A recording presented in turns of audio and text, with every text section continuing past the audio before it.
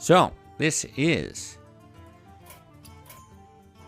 the classic Hearthstone Discord NA tournament. Now, this is an extension of the season that had occurred over the past, I don't know how many months. So this is that like classic plus format. We already did the EU tournament. Now we're coming here to cap off the season of NA. So I'll get rid of my face here. Thing is, this one's been rescheduled a lot. You know, the day that we were going to do both the EU and the NA tournament, things got postponed, and then later postponed again. So we're down to only 3 participants. Should have been 8. We've only got 3, so it's going to be HDA, Zap, G, and Man Thighs, or Dom, if you're more familiar in Discord. So we're going to be doing a bit of a last-minute put-together round robin. So previously, how these had kind of worked is based on your seeding coming into the tournament, right? How did you play throughout the season? That was going to determine your position here. Which would have had HDA going further. I believe Dom as well. Looking at everything. So, yeah, Zap, G, and Man Thighs. Looks like they were scheduled for the quarterfinals. And then HDA would have jumped right ahead to the semifinals. But all this gets reworked. And it's just a 3-person round robin. So it's like, forget the season. We're just trying to cap off here with the tournament. So HDA opening up with this aggro paladin into kind of an interesting shaman. Looking control-y. I do have decks here in Discord. So I'll be kind of referencing those.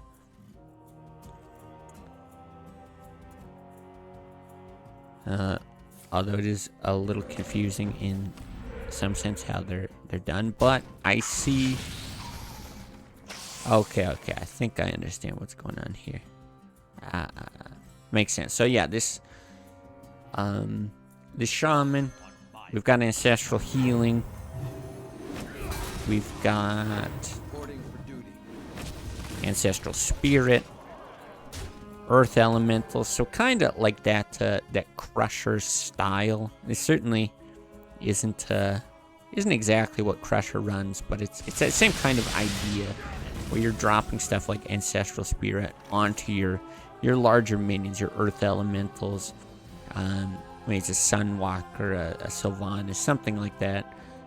Having these come back, get a lot of value. Ancestral Healing to taunt up and heal Injured Blade Master, very popular combination. And HDA, just the opposite approach. Damage, all to face. And if need be,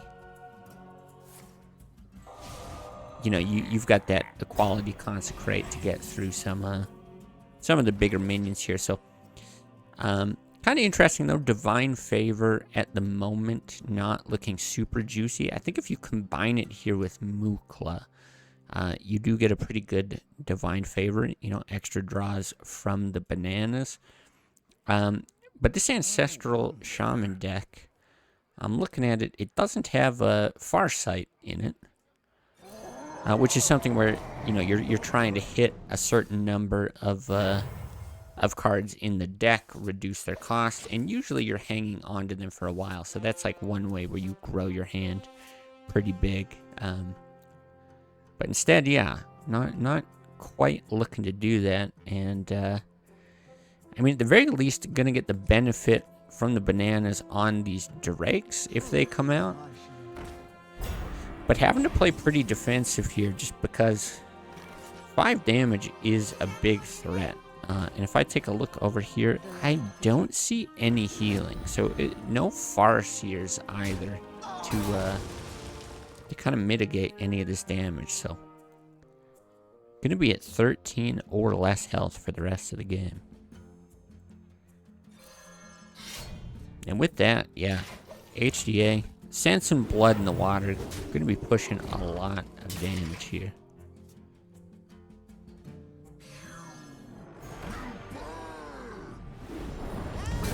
This is a great, you know, bit of damage to do, but taking the 2 damage there. Also a little painful. We see 2 Consecrates now in hand, so it wouldn't have even mattered if ZapG didn't take that 2 damage. And that's going to mean game 1. Going to HDA here. Now, the format of this, so I haven't seen the bans or anything like that.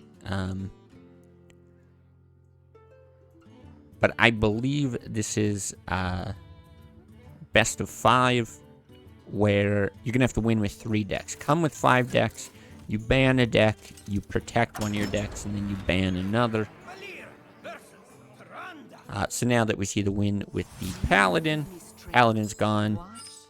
Gotta get a win with every single deck that you bring. So we're taking a peek at Rogue. Now Rogue, typically it's an aggro Rogue, yeah? Yeah, this is what we're seeing. Leroy, double Arcane Golem. Deck titled Me Go Face Yup. I'm gonna go ahead and say that that is very aggressive. What do we have for Priest? We really don't see a lot of Priest.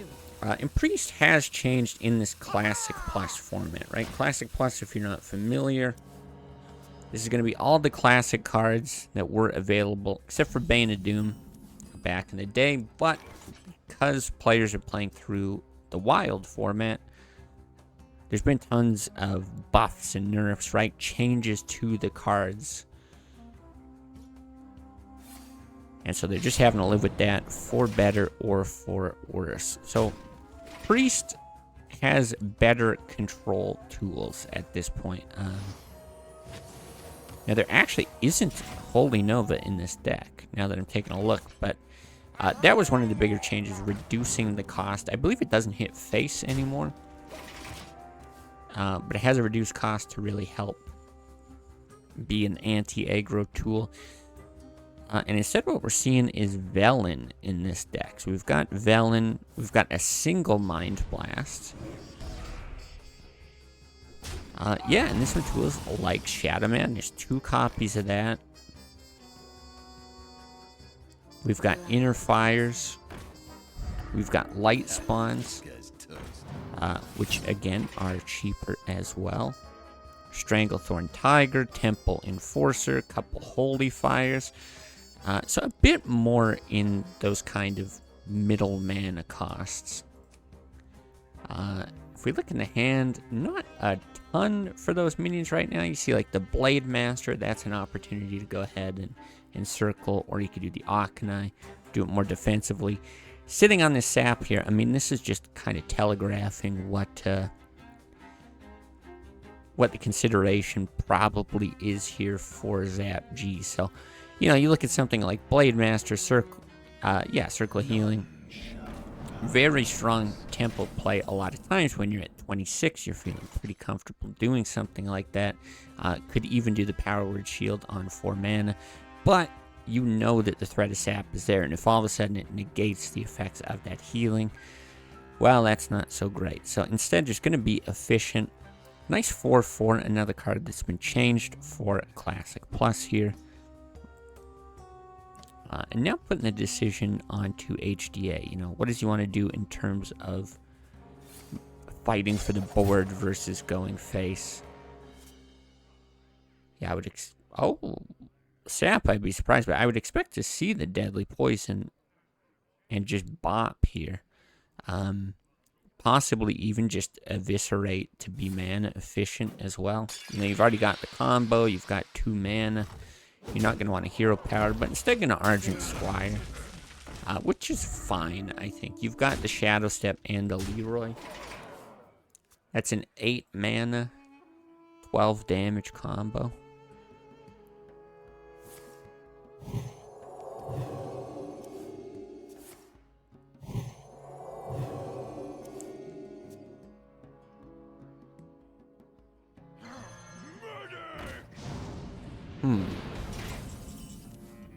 Okay, interesting. Not exactly sure what ZapG was digging for. Clearly had something in mind.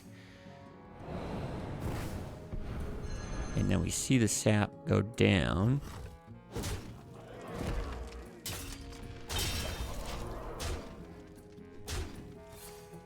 Yeah, just taking a peek at things, I'm really not sure what the card was that he was hoping for, but just hoping to dig, not spend any more mana. You know, playing a minion to then further dig. We get the double Blade Master heal, something that's normally pretty juicy, but I think this is just a case of too little too late, right? See the Leroy, Cold Blood. It is absolutely too little too late. And just going to be 2 quick wins here for HDA. Won't say it's real surprising that Priest struggles in this game here. Priest did, as I said, get quite a number of changes in this Classic Plus format. But we didn't really get to see a lot of that utilized. You know, there's a cheaper Shadow Word Death. You got those Holy Nova changes. Said Light Spawn, another one that's it's a bit cheaper change there. Kind of helps round out the early and mid game. Gives a nicer curve to Priest, but we really haven't seen anyone be able to take advantage of that just yet. Another opportunity to do that here against a Druid. And probably going to see just more turns to be able to get that combo off. So I'm going to guess that this is just a control-heavy Druid, knowing HDA. So we see Moonfires, we see Wild Growths. No Innervate, because Innervate is now equivalent to a coin. But yeah, this just looks like a pretty standard control Druid. Which is a very, very strong deck. Was very strong in Classic, still very strong in Classic Plus. The offensive heal, followed by a threat. Classic is back, baby.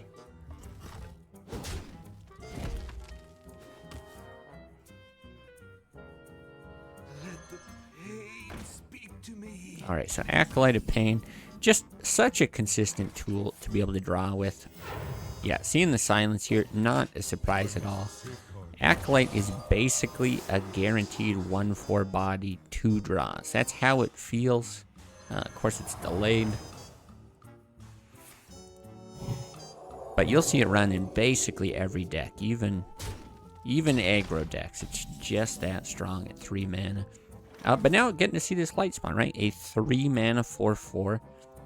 It's a lot nicer, like I said, just to be able to round out what Priest has to offer. And now being up at a 6/6, we've seen a Silence get used once already. There is another one in hand. It wouldn't be unreasonable for HDA to go ahead and do that. But there's some other looks here as well. You could do like an inefficient swipe play. You bring this down to 2 health, which is actually going to bring down the attack to 2, and then you could go ahead and make this hit. But you're left with 1 mana that's not doing anything afterwards. So instead, yeah, just going to make it a 0/4, and I don't think Zap G has the ability to turn this into anything useful. You know, normally you could do something like a Defender of Argus, give it taunt, give it 1 attack. I take that back. There is an Inner Fire, so I suppose you could actually use Inner Fire here, and I'm guessing that's why HDA is going to go ahead and make that hit.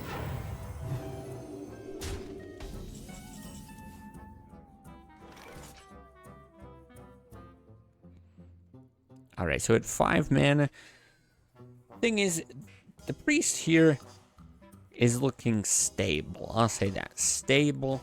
You know, you got Velen in hand. If Velen can stick on the board, this Holy Fire gets to be pretty juicy damage. But Druid is just so strong, so consistent. If you're getting to 5 mana and the game is sort of balanced, right? You're getting into this Drake, into the now buffed Ancient of Lore. I mean, it's just such a strong position to be in. If you're Zap G right now, I think you you're feeling the pressure to get a pretty big play here with something like a Circle of Healing and the Akanai. But okay, so we do see now that Inner Fire would have been real nice. So if HDA wasn't making these hits repeatedly, Inner Fire would actually be able to buff this Light Spawn up to be a, yeah, pretty beefy minion. 6 mana here. Is someone injured? I wouldn't hate seeing the Holy Fire. I do like this a lot, though. You just get a draw.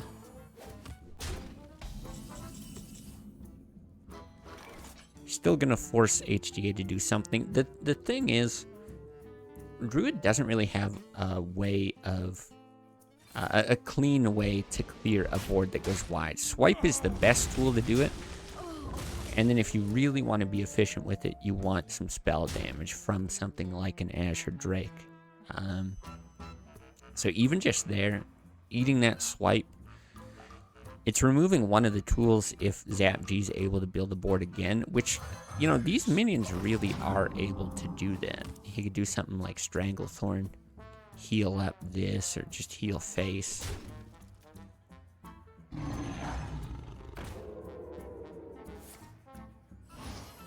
So yeah, as much as I said, you know, Druid's pretty happy, right? You're getting to 7, probably drawing 2 cards here. That would be my guess. Priest also doesn't feel terrible. Yeah, and not getting more of these, like, big controlling minions. Here, the Akanai Circle can be huge. It's a full clear, right? You hit the Stranglethorn in there, Akanai Circle, and then you can follow up with something like a Black Knight, a Light Spawn. Now, how many Black Knight targets are there in this Druid deck? I imagine there are some. There are Druids of the Claw. Okay, interesting opting not to do that. I gotta say, I am not a fan of that. Yeah, so there's Druid of the Claw as the only Black Knight targets, and I'm sure that is intentional with the changes to Black Knight. But yeah, now without the ability to board clear here, I think Zap G was just really hoping to have another turn. You know, keep the Stranglethorn concealed. Maybe you could buff it up, give it Inner Fire, something like that, if you're able to give it more health. I'm not sure. Taking a look. I mean, does it have the Divine Spirit? Yeah, if you get Divine Spirit into Inner Fire. Something where you come out of stealth and deal a ton of damage. But I think it's just too much investment into that combo. Not enough in controlling the board. Because if you go ahead and you do a board clear there, there's really not a strong way to recover if you're HDA.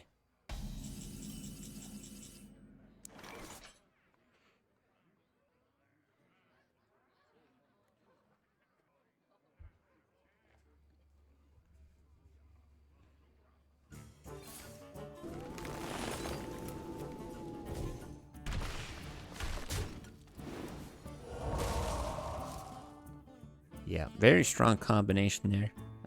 Could even use the tradable tag on the BGH here. Yeah, I was gonna say, I think really wanting to draw, but this is another way to get a couple of draws. Yep, might as well drop the Violet Teacher. Really, again, Zap G just needing that Akanai to be able to make this work. I mean, you do have 15 damage here. That's the thing with combo decks that don't get a chance to pull off their combo. You know, you see HDA at 29 health, you think like, oh man, it's like so one-sided at the moment. But yeah, just being able to actually push a lot of damage in one turn, you don't always get to see that. Now forced to use this Inner Fire in an attempt to yeah, recover, stabilize a bit on the board. Kind of goes both ways, healing stuff up. I think at this point you're less concerned with healing this Acolyte, giving more draws.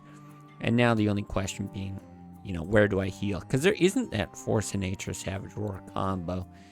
You're not so concerned being at 14, but you are looking at 8 damage here. And you got to think about stuff like the Moonfires, like the Swipe.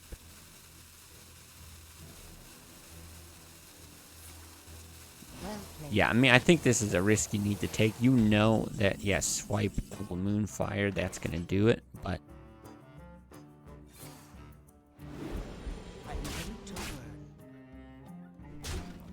just being kind of backed into a corner there. So, yeah, HDA gonna just 3-0 real quick here, and we'll reset this win counter. And see now, who is that going to push us to? So round 2 in this round robin.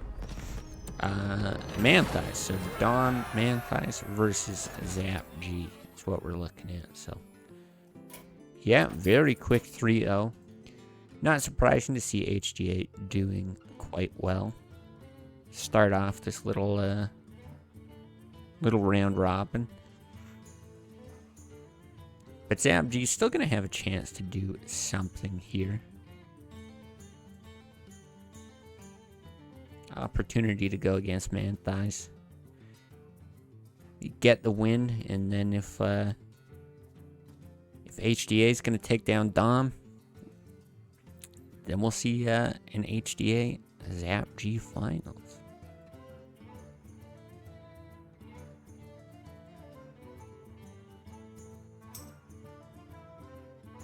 Alright, they're just doing bans now.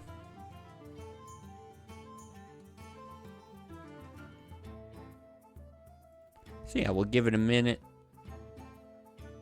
Let these players do their thing. I guess just, it could be a series that takes a while if it goes down to game 5. Good time for a quick break. You need some food. Quick bathroom break, whatever it is. That's what I'm going to do, and yeah, I'll be right back for the match.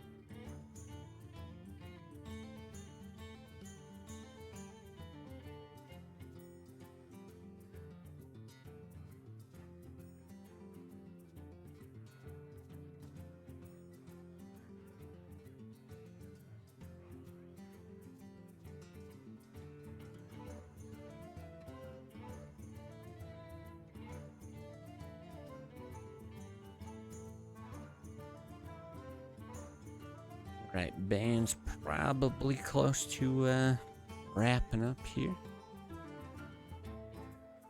Ready and waiting for our signal to jump into the games.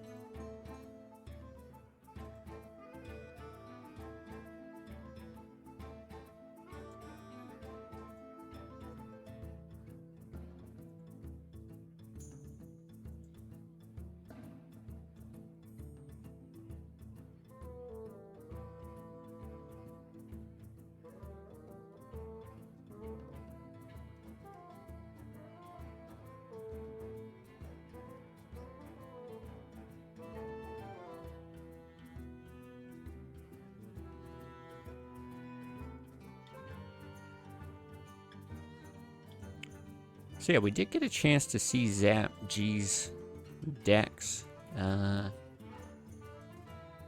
Bit of HDAs as well. But not Dom, not Man Thighs.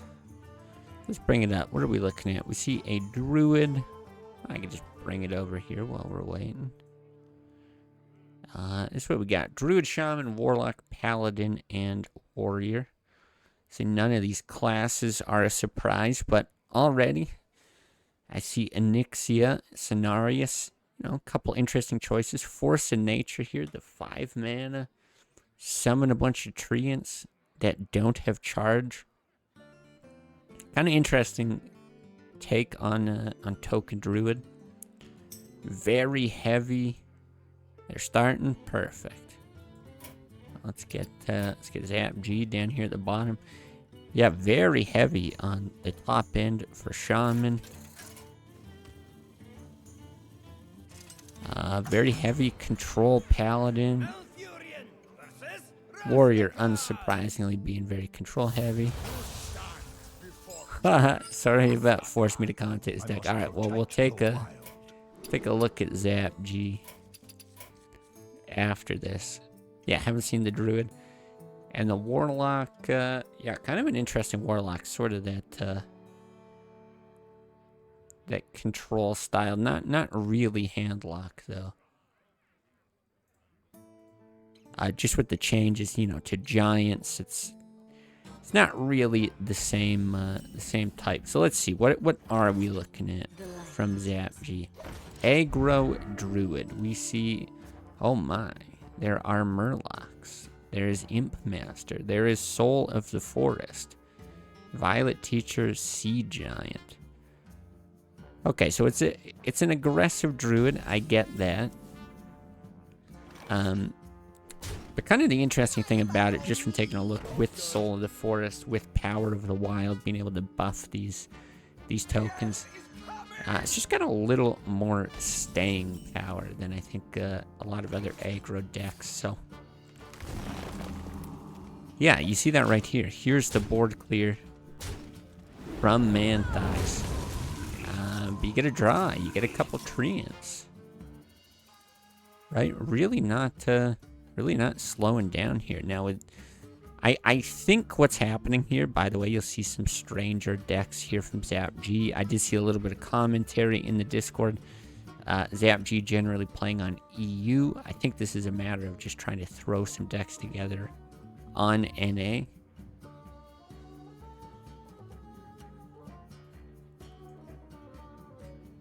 It's kind of taking a look at the commentary here.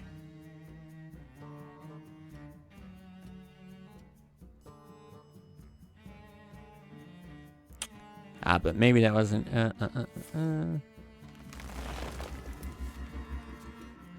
yeah, looks like there was a little bit of chatter about that. So yeah, in any case, we do get a chance to see this very top heavy Shaman, right? When I say top heavy, Ysera, Alex, Rag, Sylvanas, Cairn. We're seeing the Farsight, right? Gonna keep the mana reduction on whatever card it draws. And in a control matchup, this could be huge. You could do a tempo thing, right? Something like an Alex and a Hex in the same turn. Wow, what a swing, right? But there's not gonna be a ton of great Hex targets here. This Violet Teacher, maybe one of the better targets, to be honest. Yeah, between these two, these actually might be the best targets.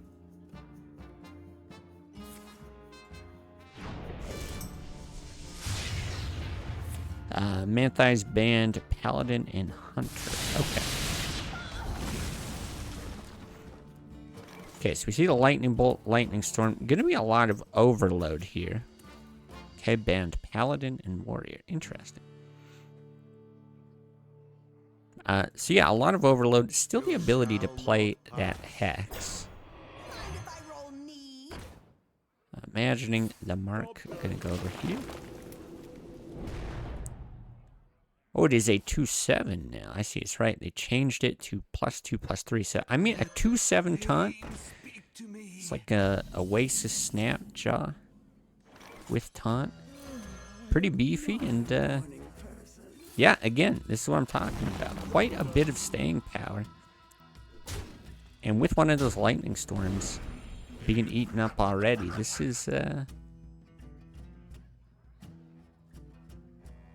yeah, this is already kind of spiraling. Now, Hex is going to be very useful on stuff like this, right? Where you've got the Treant, you've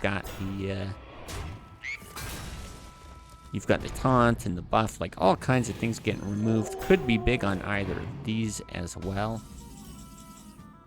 But actually an opportunity for the Black Knight to come down.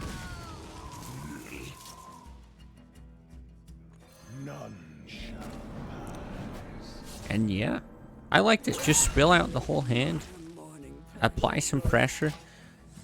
At some point, the Shaman deck is really going to struggle to wipe up a board like this. And sure, you can get... oh, okay. Well, at draw, though. I was going to say, sure, you can get, you know, tons of draws off of the Acolyte into these Imps. But I wasn't expecting a top deck Lightning Storm. This is actually just unfortunate for ZapG. I think this is pretty much how you want the deck to unfold. So yeah, really smart hit here. Make sure you do that. There's no range on the Lightning Storm, so this is going to kill everything but the Black Knight. Of course, it will spawn the Treant as well.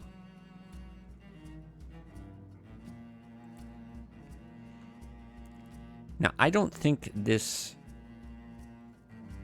completely takes ZapG out of the game. But what this does, the problem here is 16 damage. Not the craziest amount to be able to do. Even with just, you know, the Treant and the Black Knight hanging around, you can make a trade here. You could Lightning Bolt, whatever the case is. 16 damage is manageable. The issue is that Alex is in hand, and the 16 damage isn't going to come all at once, right? You would see some kind of, oh wow, and even that, just going to be a full clear now. Yeah, you would see this health just get kind of chipped away,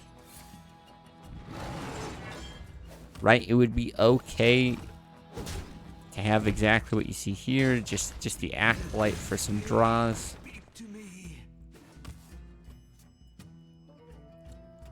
But this effectively makes it pretty close to 30 damage that you got to do if you're ZapG, and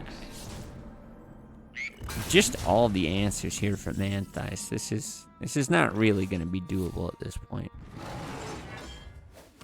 Well played. Yeah, I'm expecting a concede here, but just going to run things out. Can actually use the Alex offensively just to speed things up a bit here.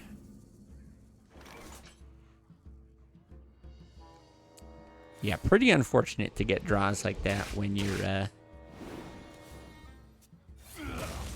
in this position as ZapG and still not be able to really make anything happen. So it is lethal with Lightning Bolt. We see Ysera technically in the books at the end of the day. Ysera did get played in the game where somebody won.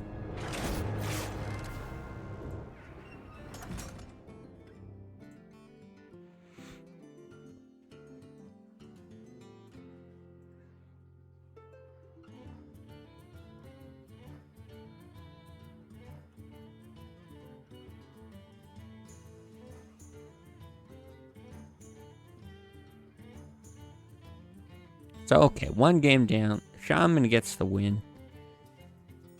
We will have to see a win with that aggro druid if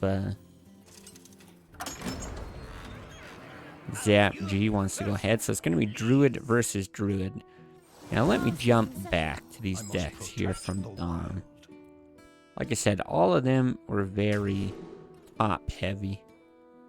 That's right, so it's like a top-heavy token. So you got your Argent Squire, Power of the Wild, Acolyte of Pain, Soul of the Forest. Okay, very, very tokeny things. What are these now? I am unfamiliar with this new card art. Apparently you can't hover over them in spectator mode. That's interesting. That's cool that Blizzard does that. That Blizzard just doesn't let you hover over the new cards. And it looks awful when you scroll between them. I mean, that's neat. But anyway, yeah, on the high end, you're seeing Onyxia, Cenarius, Ancient of Lore, so a lot more staying power. So basically, for Zap G to win this,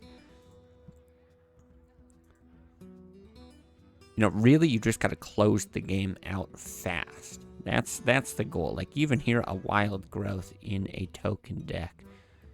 I'm actually trying to figure out what these are just based on the deck list. Savage Roar, I guess? I think these are Savage Roar. That's my prediction. Kind of looks like a roar that is savage. Now, not a fast start for Zap G, so a little bit worrying. But at the same time, double Savage Roar, if that is actually what I'm looking at here. Not the greatest start here for Manthies. Now, there is this combination. You love stuff like Violet Teacher, Coin Power of the Wild.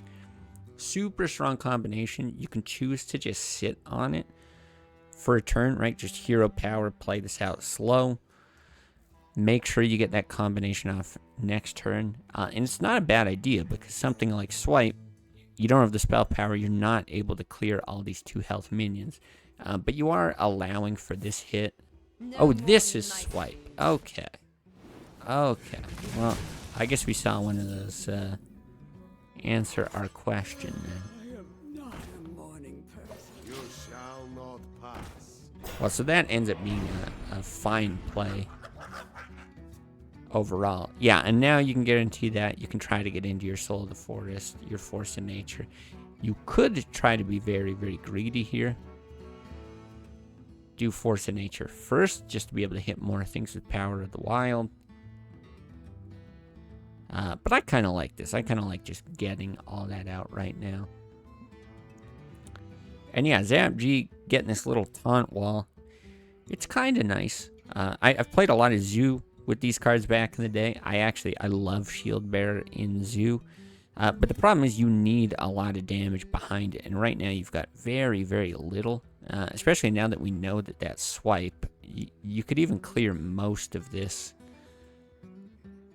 you know, if it starts to get out of hand. And that's really not a good spot to be in if you're Zap G. So I think, yeah, some pretty unfortunate cards here.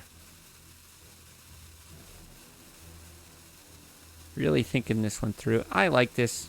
Violet Teacher, Coin Power of the Wild. Gives you a lot of flexibility next turn. You can actually swipe and Soul of the Forest, which I anticipate is going to be what we see here. And yeah, this is a scary board.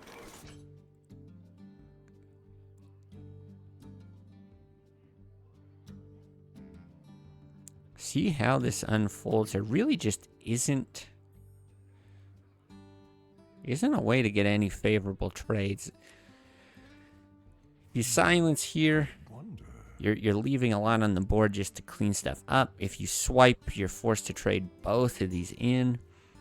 And then the other option is you just ignore it and you hope, well, maybe there's not that many spells in hand to really take advantage of the Violet Teacher. But we see that that's not the case. It's quite the opposite. It would be a very juicy turn if Zap G doesn't deal with this Violet Teacher. So it feels very much like a damned if you do, damned if you don't type situation. Oh. The ultimate strategy. Disconnect. Wait for your opponent to disconnect. Of course, it could be me disconnecting here.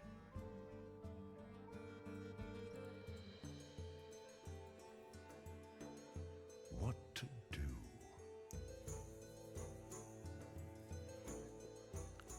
Just popping into the Discord. I don't see any chatter about it. Okay. Looks like everything's been sorted. I must safeguard the land. Okay, so we see the silence. Push some damage face, but yeah. I'm expecting to see Soul of the Forest and swipe. You swipe first. If this isn't silenced, No more nice. doesn't really make a difference here.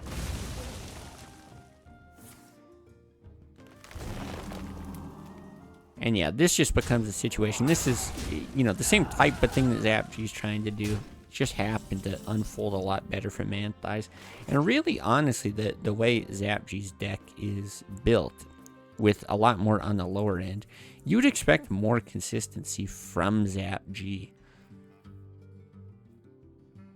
But sometimes these mirror matches, they're going to look really, really close, right? Because you're playing similar cards. And I know these decks are very, very different just because Manthi's going more for the long game here.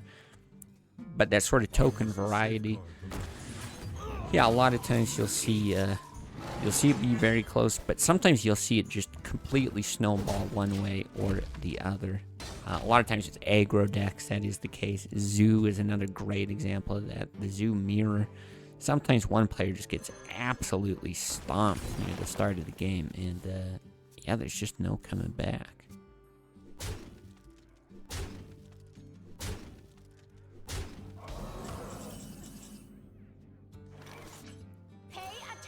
Class.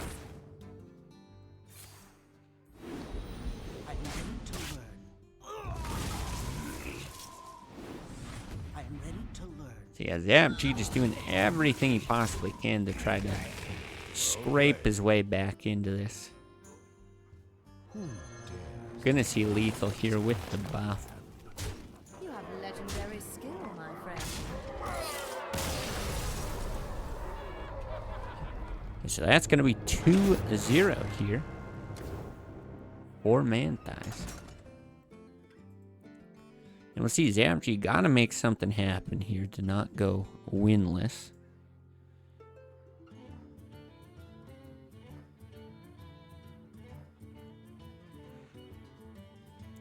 And then, yeah, just with Dom here being the tournament organizer, we'll also have to see what happens. Now, I imagine if we see this go 3-0, right, we're supposed to see HDA versus Manthi's for the round robin. Theoretically, if HDA was to win that, I guess it really wouldn't matter, right? If HDA was to win that, what I'm trying to say is Manthi's would proceed to the finals anyway, right? Whether he's 1-1 or 2-0, and whether HDA is 1-1 or 2-0. Both of them with wins over Zapji in that case. Do we just jump ahead right to the finals? Just a very, very quick and dirty round robin tournament here.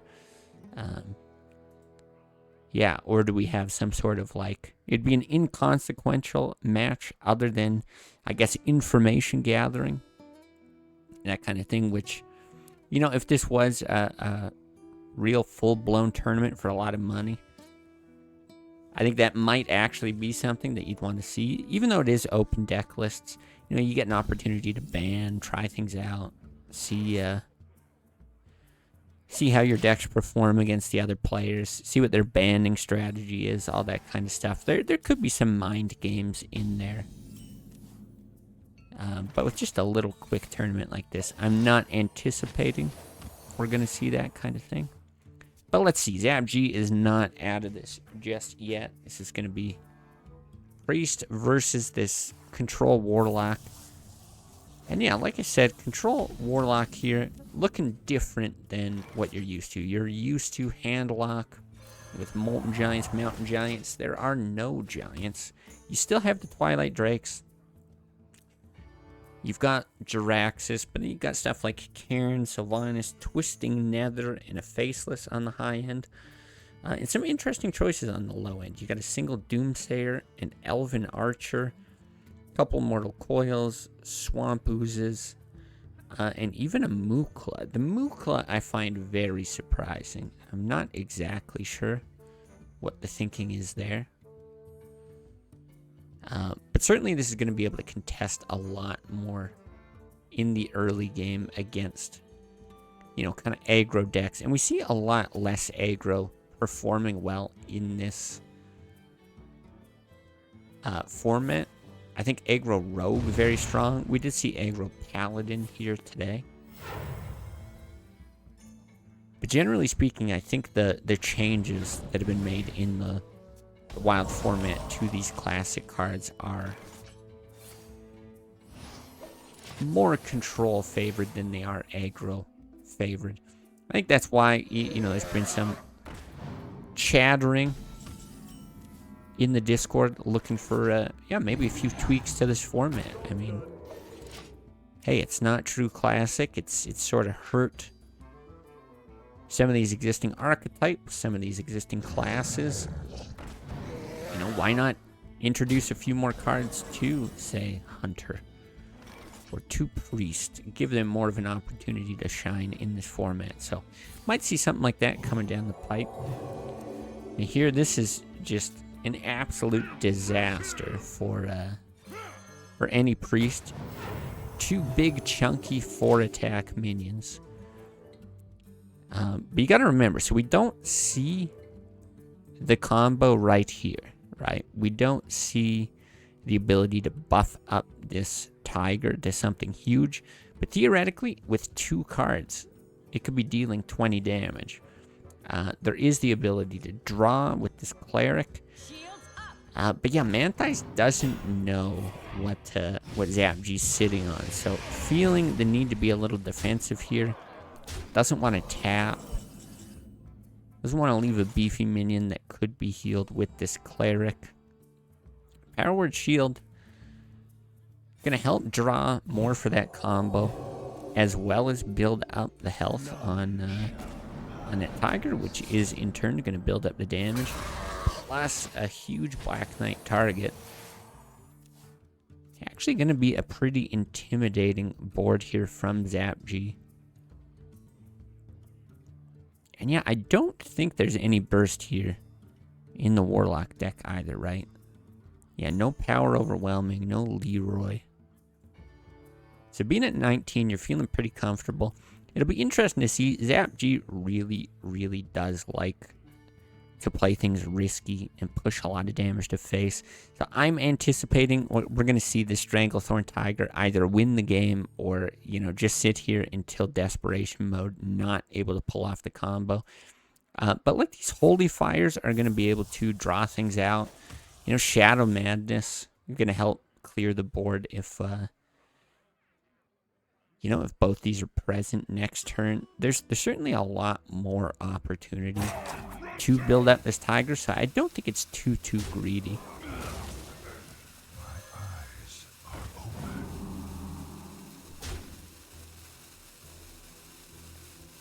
Now we'll see what happens here. He could take the Farseer.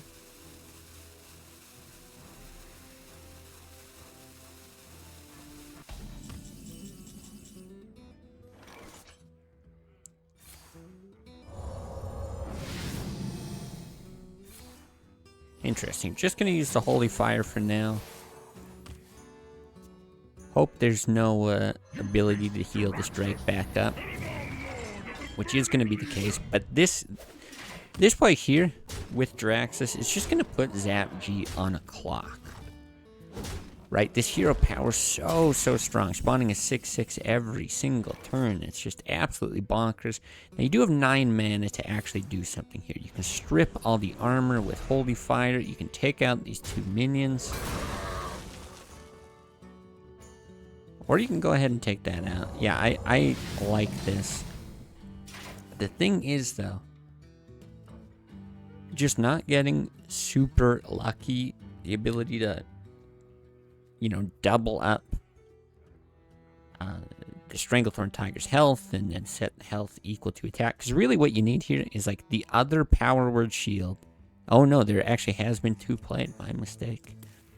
Well, it's going to be tough. I'm trying to think how you get 26 damage. Because even if you get your, what is it, Inner Fire and Holy Light? What is it? Divine Spirit. That's the card.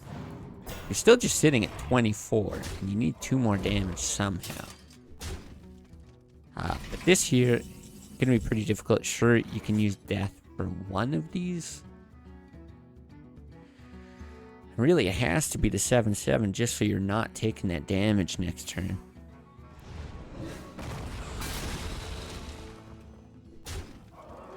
Yeah, and this is what I was saying earlier. It's going to sit here all game, hoping to get that combo off until that desperation time comes. And, well, this is that desperation time.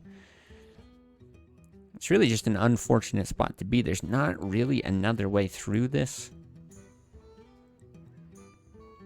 Yeah, you're on a clock with those 6/6s. It's just, it's rough when you have to use your win condition as a way to clear.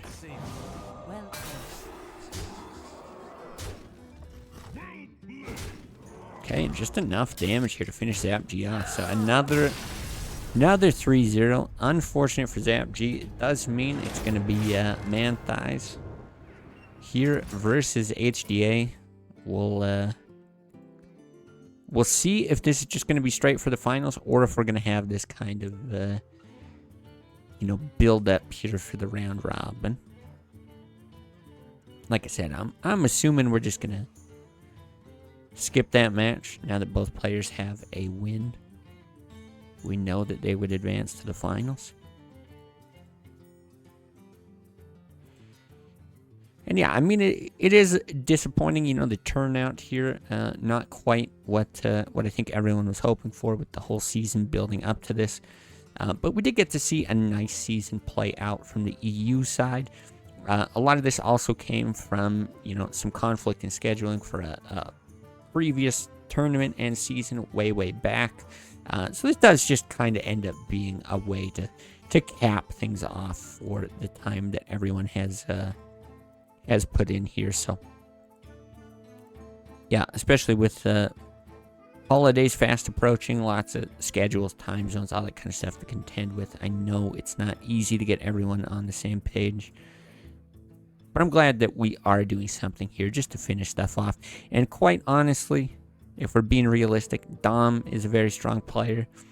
HDA, a very strong player. It's entirely possible that even if we had all 8 people here for this tournament, this would be the finals that we would end up with anyway.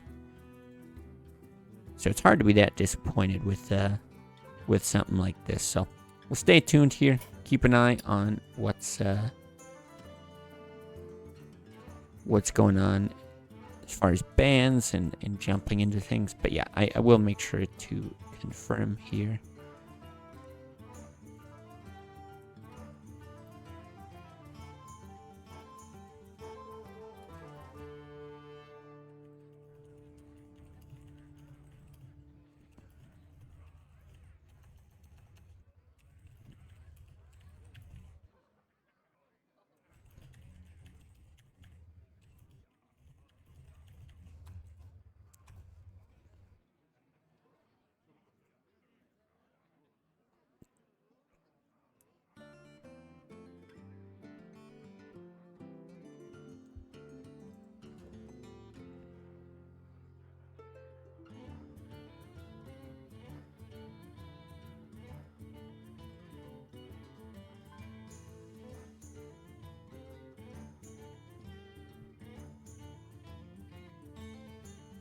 But yeah, looking at the deck lists here, yeah,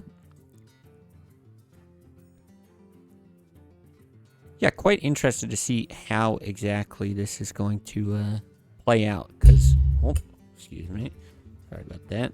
Yeah, HDA's come with much more aggression. So, not bringing a control warrior, it's actually Worgen OTK. We've got the aggro paladin. We've got a control lead druid, but an aggro rogue, and the shaman, more mid-range style. So a lot of stuff.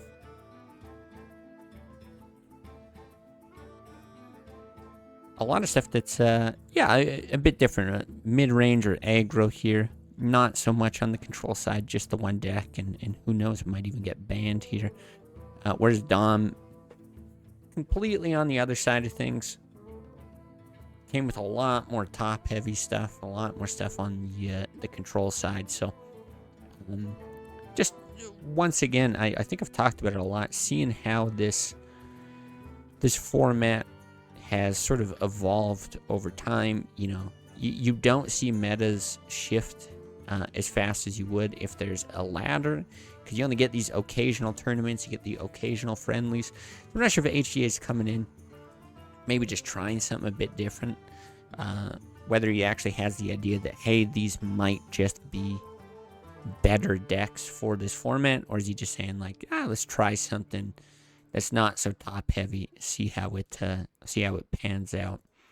But either way, I did confirm, checked with Dom here.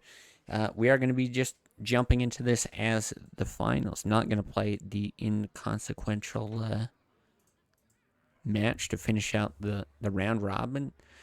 So that's it. Yeah, it's going to be a nice and quick one. But very good chance that this goes down to the final game here. I would not be surprised to see a game 5. Strong players, I think interesting decks. Yeah, I am curious to see which decks we actually see in action here. You know, what gets banned, what gets protected, what happens to match up against what.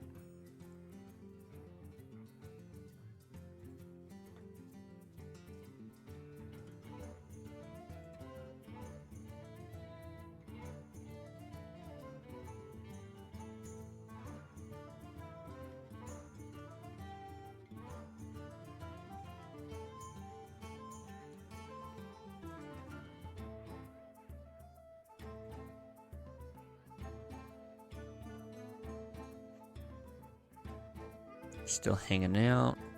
So I'm assuming still going through the ban phase.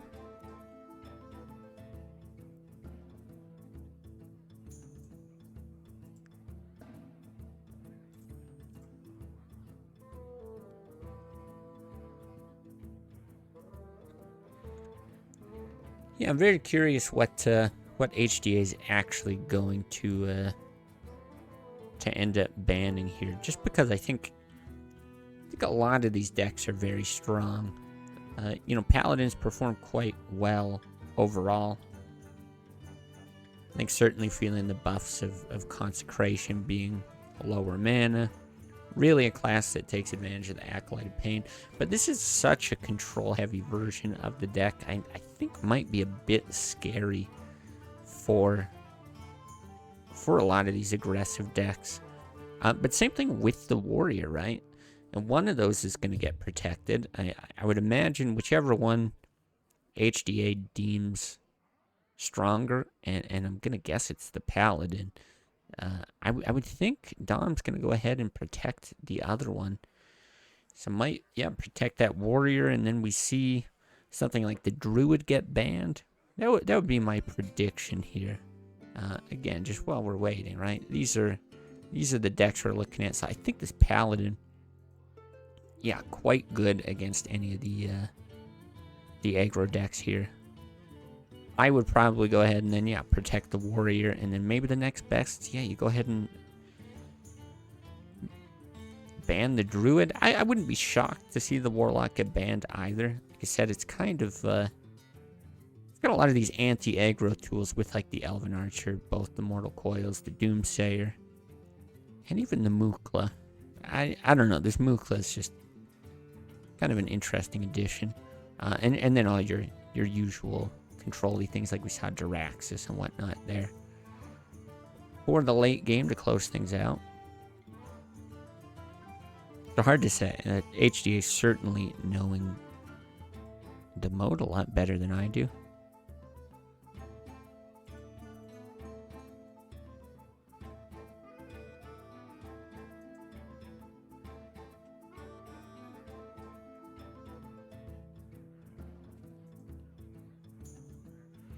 Alright, preparing to battle. We're just about there.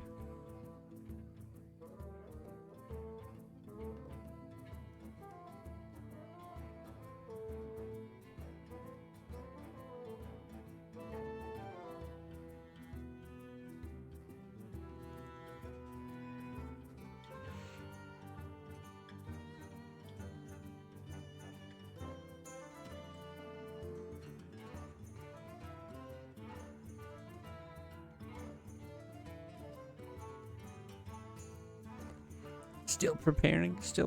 So much to prepare for battle.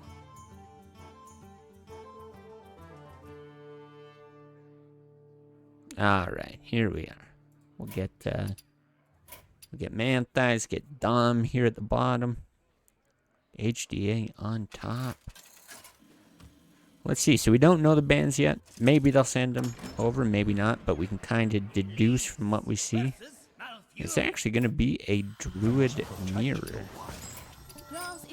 Which is very, very interesting. So, one of the more, really the only control deck I think HDA has here. But seeing more of a token variety here for Manthais. But it is a top-heavy token. So kind of interesting. Generally speaking, if we think back to Classic as it was, as we're all familiar with, Control Druid, really any Druid, has a difficult time clearing a board that goes wide. And so it was quite common for a token Druid to, be able to build a board that just couldn't be dealt with very effectively. If you do this combo right here, this is the money. A lot of times you'd have Innervate in there as well, maybe Wild Growth to it. But this Violet Teacher, Coin, Power of the Wild, everything's got 2 health. You can't deal with it unless you've got spell power with a swipe. Here Manthais really just has to get something out. You can't be too conservative here, but it might, well, now with that Wrath, I'm not so sure. I was going to say it might actually force that swipe out pretty early here, but okay, so we do see it. Hanging on to the Wrath. I think hoping to get Violet Teacher out.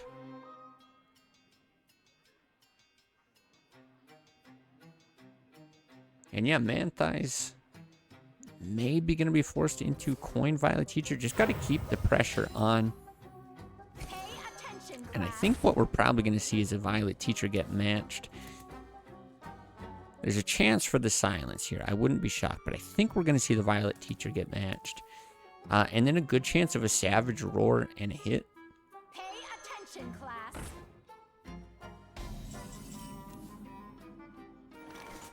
Yeah, you can't afford to be mana inefficient with a deck like this. And not only do you spawn the 1/1, it's a pretty nice trade, leaving you with 2 health on the Violet Teacher. And hey, you get a couple points of damage as well. Really nice draw there with the swipe. You don't need to use it here, but it's just going to be effective against this deck in general. So now we see, the Azure Drakes. I'm expecting the token also gets run into the Drake. Set it up for a hit. Can't die to a Moonfire, the Wrath, the Swipe, the Hero Power. So many things that can take out a 1 health minion, but yeah, not a lot that can take out 2 health.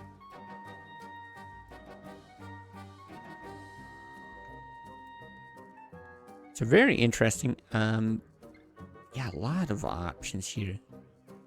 The Wrath, Hero Power could be good because you've got spell damage. You can actually take out the Drake, get a draw. Boy, but yeah, then you're not able to do much afterwards. I think another line here is maybe heal up the Farseer, run in, and then either Hero Power or Wrath to finish this off. We're probably seeing these two come down next turn. Just going to go ahead and be the swipe with the Farseer. Okay. Yeah, I think a lot of really reasonable lines there. But HGA just knowing you can't take a turn off here. So what you can do with swipe is you wait for a board to get built, then you play swipe to catch up, and if you've got spell damage, that can be a way back into the game against a token druid, but he's just luckily top decked into that, and there was a good chance that his Drake actually ends up getting killed here. This is a huge Wrath to actually take out the other Drake. Right, so no guarantee that you'd actually have that spell damage. Instead, just going to go ahead and and be proactive on the board. And that's really the other way to deal with a deck that's trying to go wide, is just don't let them get tempo. And so that's a very, very strong tempo play. That's exactly what we saw from HDA. And now here, even being concerned with this 1-1, I think HDA knows, sure, I can't deal with a board that goes wide, but neither can you. So if I just take out this minion, don't let it get any bigger, there's a chance that ends up being the stronger play. It's just completely maintaining the board. I think a 7 damage is a lot of damage, so I think he just doesn't want to give that up.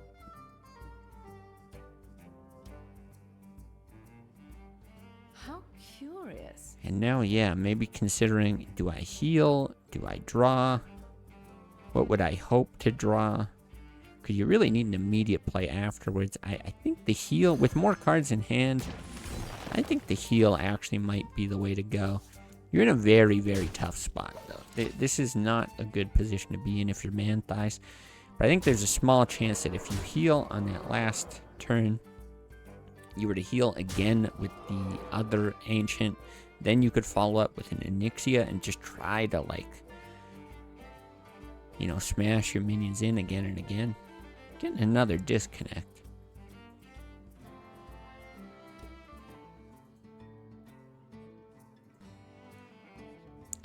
Yeah, hopefully it's all settled soon. I don't know how much this, right, this is all hosted on the America servers. So, you know, me spectating, I'm here in Canada. Dom, I actually don't know where Dom is. I think he might be in Canada as well, but HDA over in Europe, maybe that's causing some of the disruption. Looks like it's all sorted though, so not too bad.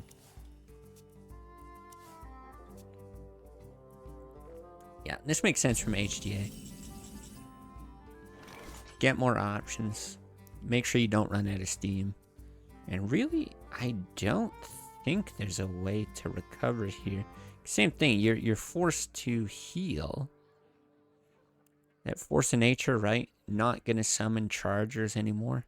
So you're forced to heal. You can't hero power after. You're gonna leave 11 damage on the board. Another 1 from the hero power. That's 12. So even just as we're seeing it on the board here, no way to recover. But we also see that Keeper in hand for another 2 points of damage. So many contradictions. Yeah, maybe the consideration, like a draw off of the Wrath or something. I think Man-Thighs maybe just looking through the deck, seeing if there's any way out of this, but I certainly don't see an out here. You might as well go ahead, do the draw. Yeah, that's not gonna do it. So, the Druid Mirror, game 1. Gonna go to HDA here.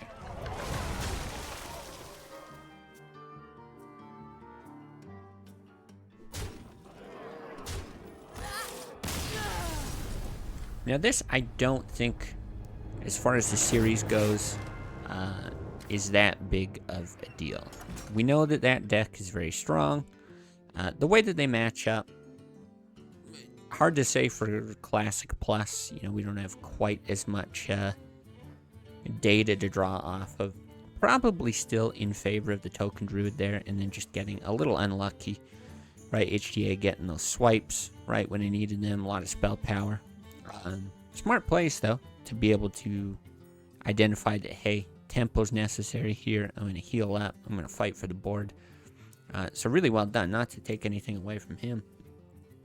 But the reason why I say it's probably not the most important thing for the series as a whole is in the end, we still need to see how these aggro decks do against Man-Thighs control / later game oriented decks. So a single win here, yeah, it's nice, gives HDA the edge, but we'll see what other 2 lists he has to win with. Well, there is the mid-range Shaman. It's really the only other archetype besides aggro Oh, well, I guess it's a combo, right? A combo warrior. So we've got a combo warrior, a mid-range shaman, and then 2 aggro decks. So anyway, point being, none of them being controlled decks. Okay, Druid going into Paladin. This is going to be an aggro Paladin versus... Class is in session. Yeah, versus this Druid. So Swipe is going to be a huge keep here, especially at 3 mana. Like, that is just beautiful. It's interesting. I really like, you know, full card art on real world cards. I've gotten into Pokemon card collecting. A lot of the full card art, it really does look good. I'm not sure it really works in this game so well.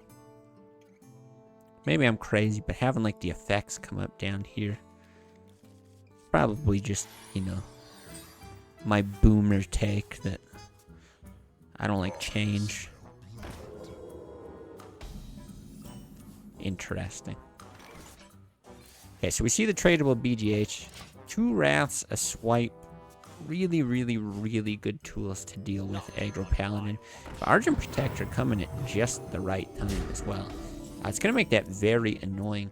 And actually, Hammer of Wrath here down at 3 mana suddenly becomes very good. Like, Hammer of Wrath used to just be a total, like, tempo killer. 4 mana, deal 3 damage, it kind of cleans stuff up. Sort of gets you a card that just doesn't really come into play very quickly. But at 3 mana, yeah, everything just feels so much different. Now, it doesn't combo that well with the Divine Favor because you're going to be cycling a lot here. So, I think for your HDA, maybe this Divine Favor comes into play later in the game, depending on how long this goes for. I think he's looking at it right now as like an Arcane Intellect, potentially. Like, hey, this is the most value I'm going to get off of it. But actually going to go ahead and hit the Acolyte. I like that. I like that. Force a couple draws on the Acolyte, it's dead, and then you end up with tons of draws here for the Paladin. It does give an opportunity for Dawn to clean things up here. No more niceties. But in some sense, it just resets things. It's like, okay, sure. Well, a lot of these cards are still very efficient, right? The light protects me. See, like, some of these are cheap. You get a 1 mana, a 3 mana, but you can follow it up with some pretty beefy plays, so... Yeah, an interesting move here, but... The light protects me. Yeah, I think I quite like it. Protects me. Here again, we're seeing pretty good response, right? With the double Wrath and the Swipe in hand to start. And now a couple Divine Shields of his own. Yeah, man, that's actually going to be able to stabilize a little bit here, and this becomes very annoying for HDA to deal with.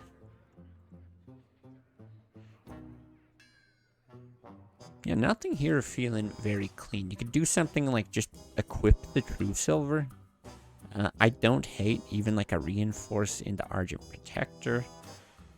I think you probably want to get more value off of the Argus later, but same thing, Argus is a 3/3. You might actually be okay with just making this a 2/2 and taking off the shield. If he's going to go ahead and buff this, he might actually end up using a hammer here.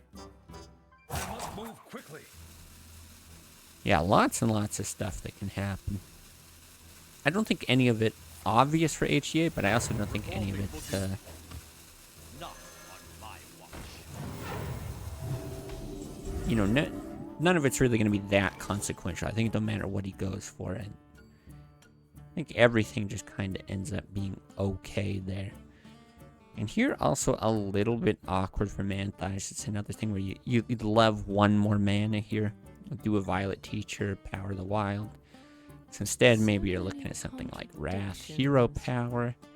Maybe Wrath, Power the Wild on just 2 things. Just Power the Wild on this. Very, very strong, right? And then you can go ahead and hit that 3/2. You can still, like, yeah, hero power run in or wrath, shoot and draw. But then it's really devaluing the Violet Teacher later. So I think maybe we're going to see something like Power of the Wild Hero Power this turn, and then these two next turn. There's almost certainly going to be a good Wrath target next turn. And the 1/1 is going to be quite valuable in this matchup.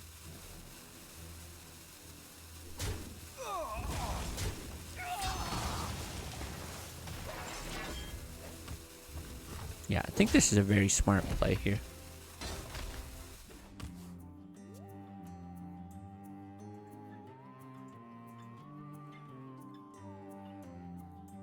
So, okay, 6 mana here. Once again, lots of options.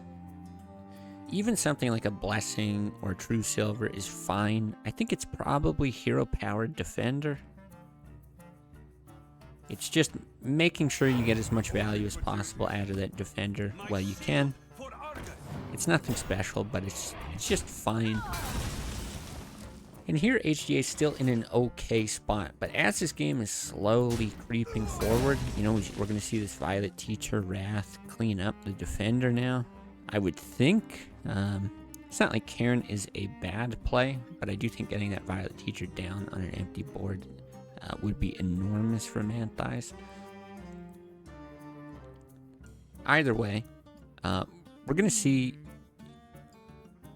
Yeah, the Druid here is going to be able to retake the board, and even though HDA still got this sort of, you know, middle-of-the-road hand, still going to be able to use all your mana each turn, it's slowly creeping in favor of the Druid every single turn here as things are not closing out. You don't need to use those lures to heal. Karen is going to be very difficult to deal with, although that Aldor draw is huge. It's going to be quite a nice answer here.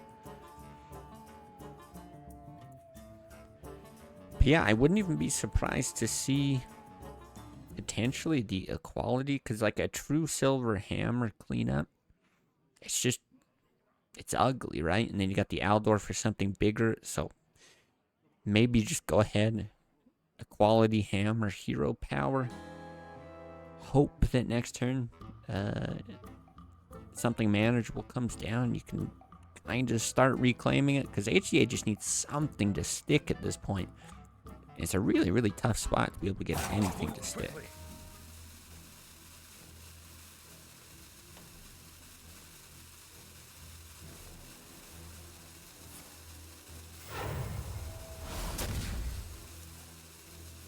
Gonna be the Hammer True Silver. Like I said, inefficient, but you do still have another swing out of the True Silver. There's also another one in the deck, so, you know, getting some usage out of this one, not the worst idea. And he's got an okay answer to that Cairn, if that's what we see. I think Manthi's probably a little bit cautious here, right? We did see, I believe, a BGH get thrown back. Is that correct? No, that's not correct. Looking through the list, there is no BGH. Great memory here on my part. But yeah, this is kind of the best answer. It's going to be hard for that Cairn to really kill its top half here.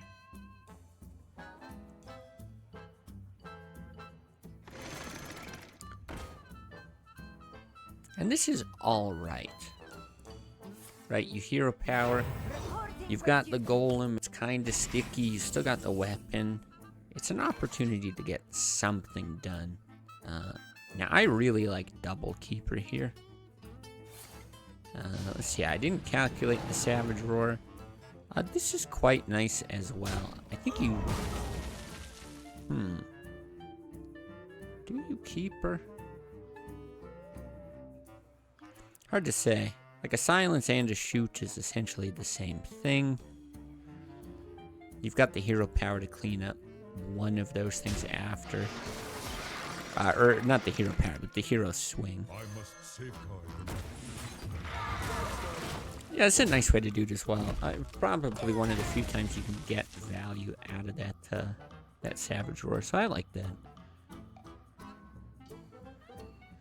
Yeah, now HDA tasked again with trying to find something to to stick to the board. And if he plays that Knife Juggler, the tough part is Karen can suddenly pop. Like, yes, he can take out the Keeper, but he might opt to do something like just play the Leper Gnome and a Dude.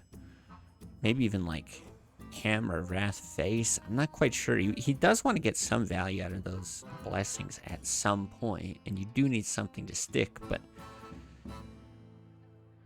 yeah, letting the Karen pop is not great, but I think you have to do it. I think you just have to say, you know what? Yeah, I need something on the board. Let's toss some stuff down. Reporting for duty. Move quickly. So the idea with a blessing on the Knife Juggler here is that he can't, like he won't just die from Cairn hero power. So I actually like the thinking here. This Keeper, I think, is just going to kind of ruin HDA's day. But that being said, it makes for a very inefficient turn as well. So it's not like it ends up being a useless, like, oh no, it's been totally wiped here. But I don't really see a better way of dealing with things. You could try to play it very slow and like put down a lore and draw a couple cards and just let the juggler live, because I mean 27 health, you're not really scared about taking 7 damage. So even if the juggler just trades its body with the lore, or the, you know, I'm imagining it's going to go face and then the lore has to be the one to force the trade. That's still kind of fine. It's just that I don't think there's really a better opportunity for that Keeper, and you're still fine doing that whole lore play the following turn. I must safeguard the law. Yeah, I quite like this. You got another blessing coming out. Well, very likely, anyway. And now with the Knife Juggler being silenced, you know, no knives, because it'd be very effective as well to just equality, put down the gnome, play a hero power, try to snipe those bigger minions. So maybe a small chance to draw a juggler here. But no, just gonna go ahead, play this stuff out, deal some damage. Then the question becomes, yeah, is Mukla really worth it here? There's a lot of opportunity to use those bananas effectively, so we're going to see no Mukla, but what I do expect to see is Cenarius. Cenarius is going to be just enormous with the buff here. Although Savage Roar does provide another way to essentially accomplish the same thing. Really, if you're the druid here, you don't want a hero power and hit into this. You know, if you were really back up against the wall, forced to do it, you see 2 cards in hand, okay, maybe you're going to. But with something like Savage Roar or Cenarius to just buff these up, and you can make a more effective trade, you're very, very happy to do that. Now, is there one that you prefer over the others? The thing is, you can heal with lore. I think right now, if you're Man-Thighs, you're just thinking, can I die if I don't heal? I go ahead, I make all these trades. Can I die? I'm taking a quick look at the deck. So there is like a Leroy in the deck for some burst. What could you really combo that with? Like a True Silver for 10? I've already seen both blessings. Yeah, there's just not a lot of burst damage, so even though 15 is getting pretty low, it's not that low. I don't see any way that the druid could take 13 damage in one turn, so this makes a lot of sense to me. Now, I'm assuming there are Consecrates in the deck. There are. Haven't seen them. Reporting for duty. Yeah, Mukla just, I guess, too advantageous for the opponent, but as well, I think HEA also might be thinking, you know, there's another Divine Favor in the deck. You could combo that with Mukla. Get some additional draws.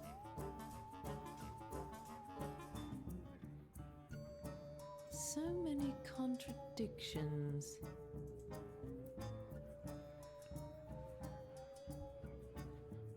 So here, your man thighs, you're thinking a lot of the same stuff. How do I die?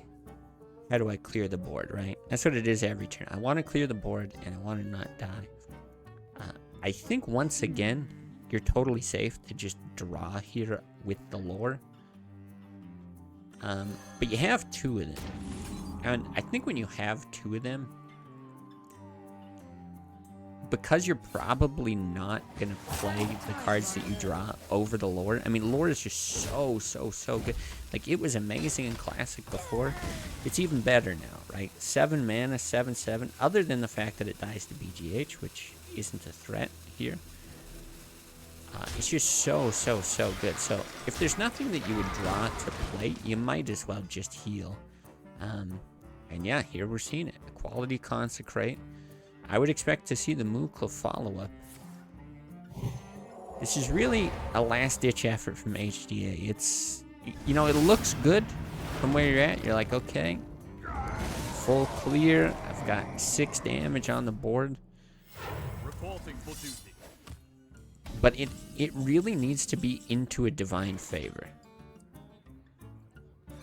And that's another case where, yeah, you just don't want to draw cards to give an opportunity for more draws here. Okay, it doesn't happen.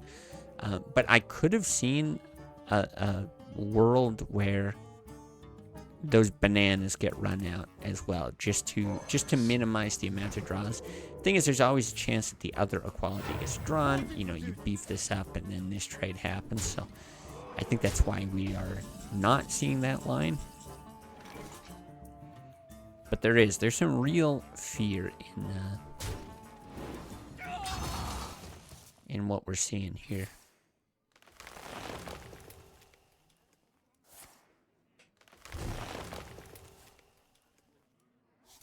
And an Onyxia here. Yeah, I just don't think there's any way for HDA to come back here. Even with Divine Favor, you're essentially drawing the rest of your deck.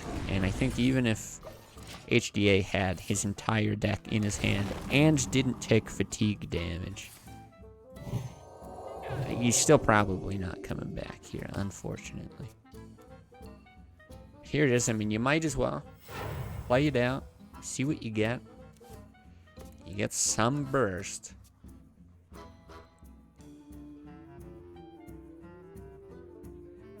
But yeah, I don't see a world where this works. You need something like the other True Silver. You'd have to survive, get 8 damage off of it. Very, very tough spot. So series ties up at 1-1, and this is what I was talking about. You know, you get that first win. If you're HDA, okay, it feels good, but can your aggro decks actually get through these controlled decks? And yeah, I shouldn't say control. I mean, again, it's a token deck, but these top heavy decks. And I'm not sure. I'm really not sure. Now, it is a card game. Anything can happen. Draws play a huge role. There's certainly a world where that Paladin deck takes out that Druid deck, right? They're not like so unfavored of matchups that they're unwinnable.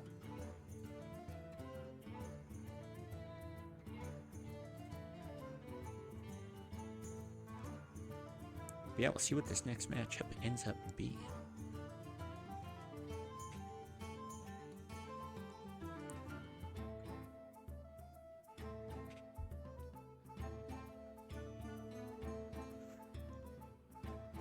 Both players, I think, really thinking through what do they want to do. It really is, you know, something I don't really have as much time to go over when I'm commentating in these tournaments. But it's such an impactful part of the tournament, which is just, even if there's some luck to it, you know, there's mind games, there's all kinds of thinking. Getting momentum. What do I want to play first? What am I most likely to get a favorable matchup on? And you know, these players are facing each other a lot. I think they start to learn how each other think about choosing their decks. And yeah, there's got to be a lot of thought that goes into it. So, as I mentioned before, HDA with the combo deck, the OTK Worgen deck. And Manthi's here with a control warlock. So, going to be very, very interesting. The way that this tends to play out, HDA, just going to be drawing.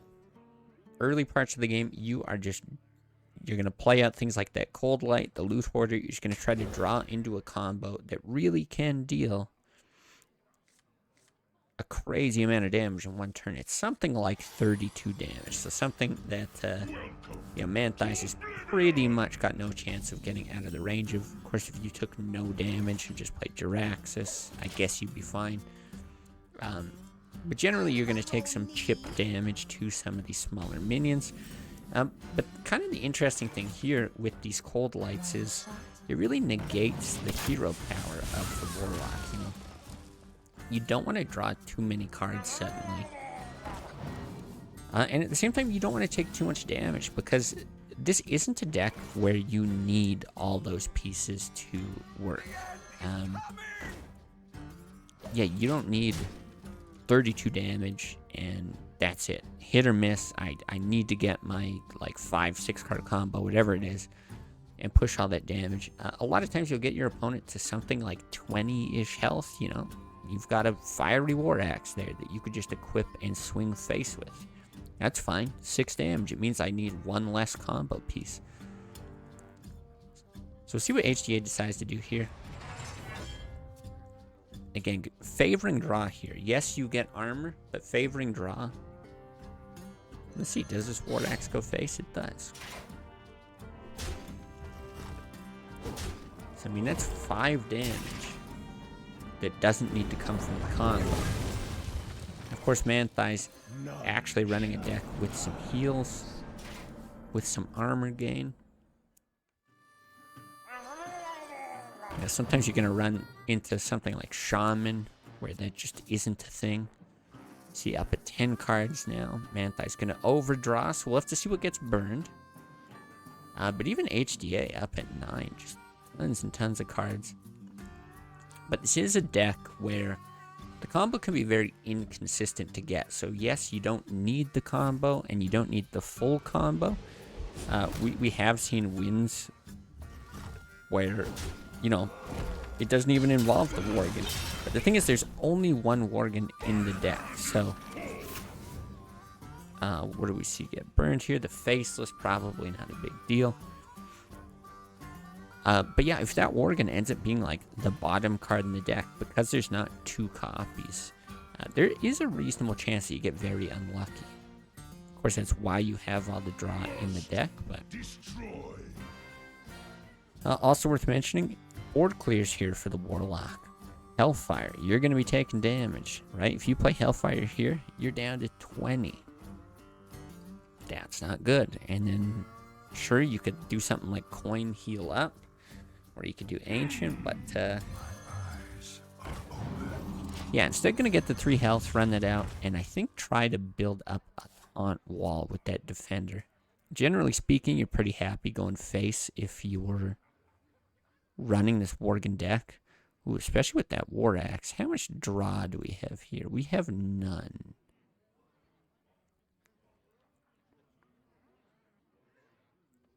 But yeah, definitely worth noting the Black Knight could take out one piece of that taunt wall. See, he was hovering over the Taskmaster. I really don't mind the idea of a Taskmaster on this Cold Light. And you could even potentially do something like Rampage. Like if you did Taskmaster, Rampage, and a War Axe, you could be pushing, what is that, 7, 9, 11 damage all of a sudden. And you still have a Black Knight follow-up on one of these when they get taunted. I don't have a ton of experience running the deck, but there's certainly points where you decide, you know what, I'm going to push a bunch of damage instead of just going for the combo. And yeah, looks like this is the exact line that we're seeing here. So except that it's not all going face.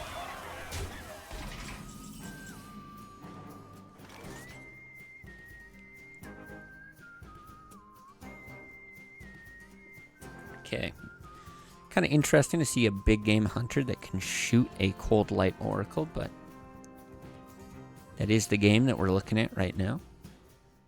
Siphon Soul, another great way to heal. So I think it's actually quite a strong turn from HDA. You know, I outlined the possibility of it. I do think it is pretty strong. But just looking at all the tools that Manthi's actually has in hand, you know, a BGH, you're sitting on a heal, you're sitting on the ability to taunt. It's not a bad place to be, but that's the thing. Even if you're playing this BGH, you take away 7 damage, but you're still looking at another 7 and really 9 once this dies. So this isn't a position where you're feeling great about things. Once again, just more opportunity to buff some stuff up here. You want to do like a Taskmaster or double Inner Rage. You can actually get 6, 8, 11, soon to be 13.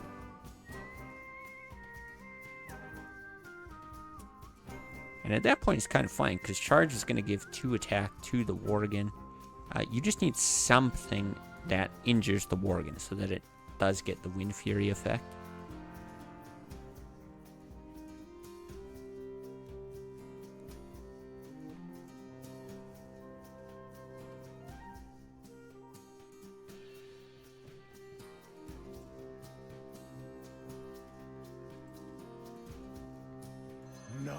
This I'm surprised to see. Extremely aggressive.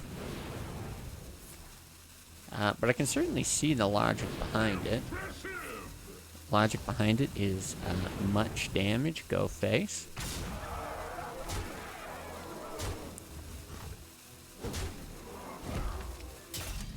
Boy, just my mental math, I think, didn't appreciate how much damage that was.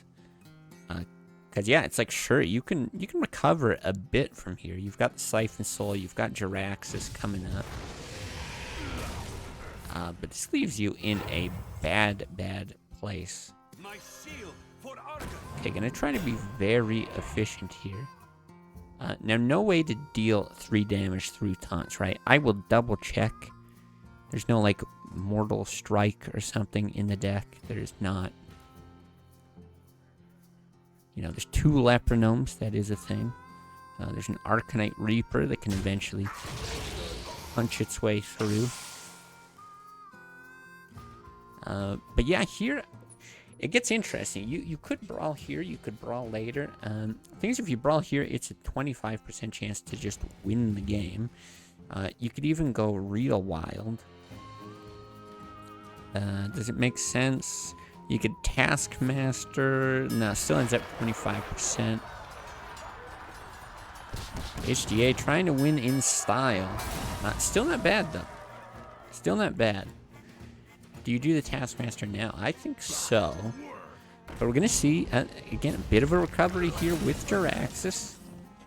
Okay, and a Siphon Soul. I really do think good position for Manthi's, but you're not really bummed if you're HDA, right? You can still shield block. You get 2 draws next turn.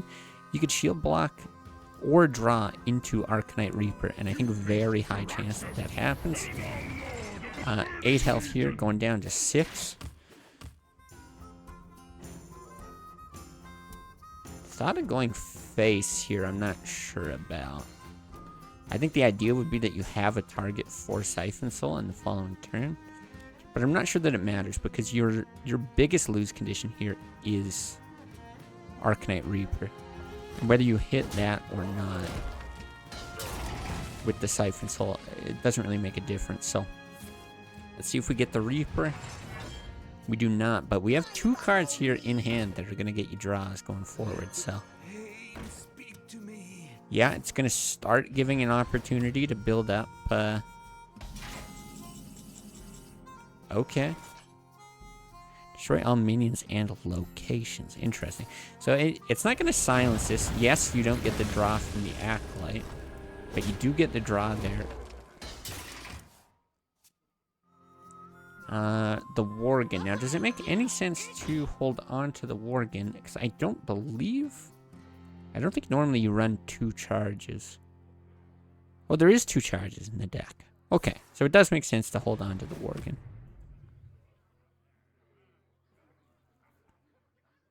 Yeah, 8 cards in deck. Even if you're literally just sending it for 3 damage, it's a consideration. But it's the same kind of thing, because you might just force a hit here where you get 3 damage, and then this Leper Gnome is uncontested. I think that's the hope. What you would probably see is a Siphon Soul on the Worgen, and then a hit here. But it's a reasonable thought about, do you run it out, do you not? And you know that Siphon Soul is a possibility. But you've seen one.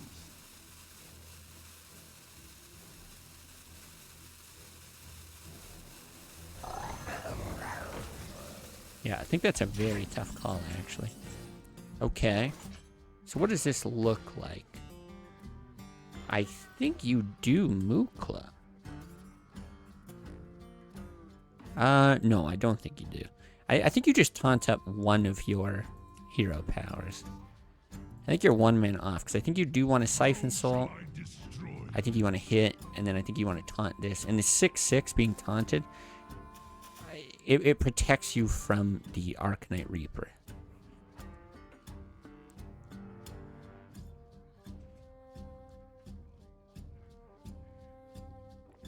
Now, I don't know if there's another thought here. Maybe it is something like a Sylvanas, a hero power, a Sun Fury. Let me go ahead and take another look at the deck, but I think... Oh, okay, and there is only 1 copy of Brawl. So I was assuming there was a second copy of Brawl, and you didn't want to build a huge board. I actually don't think that there's a way through a bigger taunt wall. That's probably better than the Siphon Soul play. Build up a big taunt wall. You'll be down with 4 health by the end of it.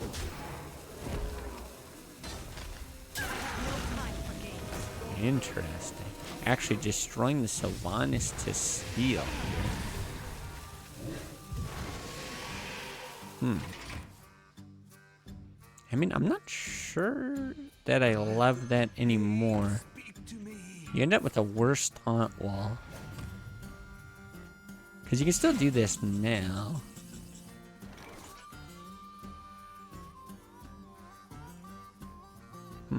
Yeah, I'm not sure that I see the logic behind that. Guess now you get Cairn. I mean, it might not matter. Like I said, I don't really see a way through. Yeah, and HDA agreeing with me here. I don't think it matters. I think it's splitting hairs there at the end of the day. It's kind of a fancy way to steal the Leper Gnome. In any case, 2-1. So 1 more win here from Dom. That's going to take it. We're going to have to see, yeah, Worgen OTK and the Paladin actually come away with wins. So let's see what final deck Manthias is actually running here.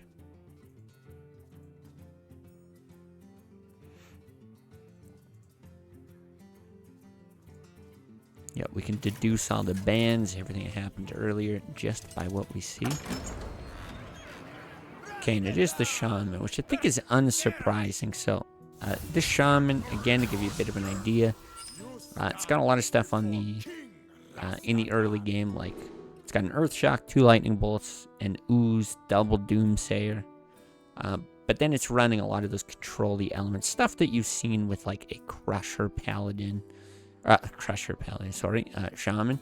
Like a single Ancestral Spirit, double Farseer, a Faceless. But it doesn't do the whole package. It doesn't have Earth Elementals. It doesn't have the Injured Blade Master, all that kind of thing. Instead, just opt for, you know, Double Drake, a Faceless, Cairn, Sylvanas, Rag, Alex, Ysera. So, more cards that you are probably used to seeing in like a warrior at the top end, something like that. But we really haven't seen anything like this, at least not to my recollection, in this Classic Plus format. So, yeah, definitely curious to see how this holds out. I think one of the issues with a deck like this Actually talked about it in the last game. Facing shamans is they tend to not have very much heal, and we do. We see the Farseer. There is a second copy. And we've got Alex, which can be used defensively, but really getting back to 15 in a matchup like this often isn't going to be very helpful. So yeah, this can be one of those matchups where the warrior's just able to chip away at the shaman over time. You don't need a full combo or anything like that. Swamp Ooze has quite a bit of utility here. Even just negating 3 damage from a Fiery War Axe is pretty big. And now, yeah, Feral Spirit only overloading by 1. Really doesn't feel bad on a turn like this to just be able to coin it out. So Mantai's, I think, off to just a very good start here. I think this is exactly what you want to see. That Earth Shock on basically the perfect target. Arguably, I think the Acolyte could be better. But if you're HDA, you know, you want to answer this with a War Axe. It's a very effective way to clear the board, even though it's not very mana efficient, so you might just end up opting to go with the Acolyte. But the way that this is unfolding, it's developing into a line where that War Axe comes out, and this Acidic Swamp Ooze takes it away. There might even be a consideration here to just Ancestral Spirit one of these times. And I think here, this is very interesting. You're giving 2 draws to your opponent. I said it earlier in this cast. There's absolutely...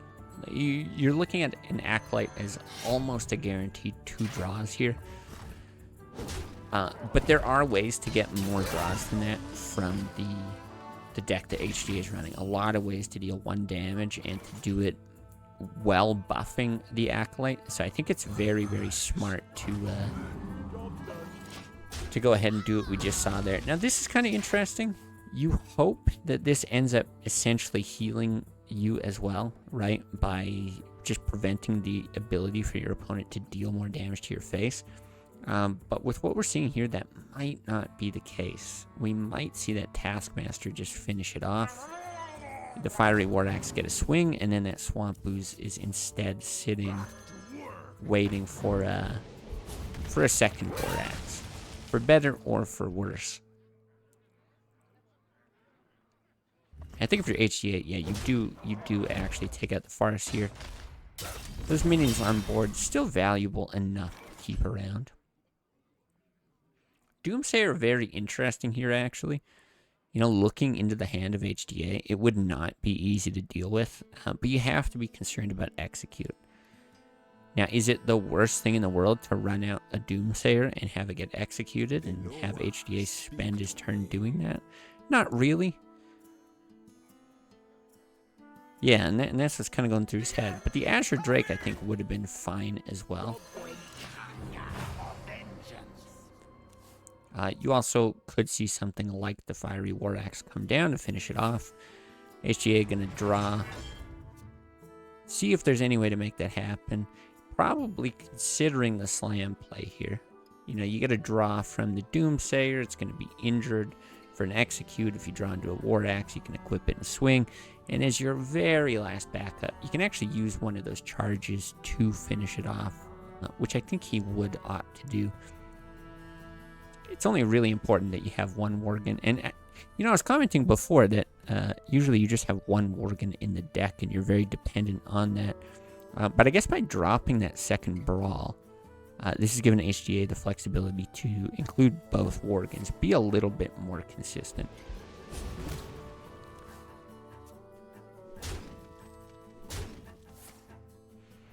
Very interesting. So he gets to draw, he gets the Inner Rage, and then what HGA is seeing here is actually, you know what, I've got 2 Worgens, I've got 2 charges. I really don't need these tiny little minions to do anything.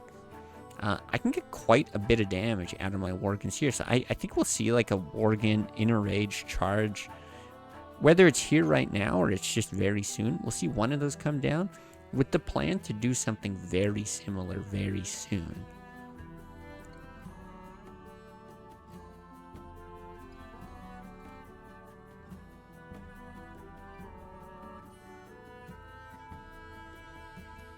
Yes, I think the only consideration is like, okay, do I do that now? Or do I just go ahead and play like a loot horde or a leper gnome? You know, bide my time a little bit, and then I'll do them on back-to-back turns later. You know, if I was a good caster, I would actually do the math for you, tell you how much charges matter, etc., etc. The one bit of math that I think you really do have to take into account is that would be 6 mana and then 8 mana with the rampage. It's a very strong possibility that you would actually end up with or you could wait a turn to do them on back-to-back turns. Now this I am surprised by. I'm not sure I see the logic here. The only thing that I'm seeing is that he doesn't have the ability to damage both organs. Okay. I'm aware of that fact. Jeez, honestly, on this taunt totem would not be that bad either.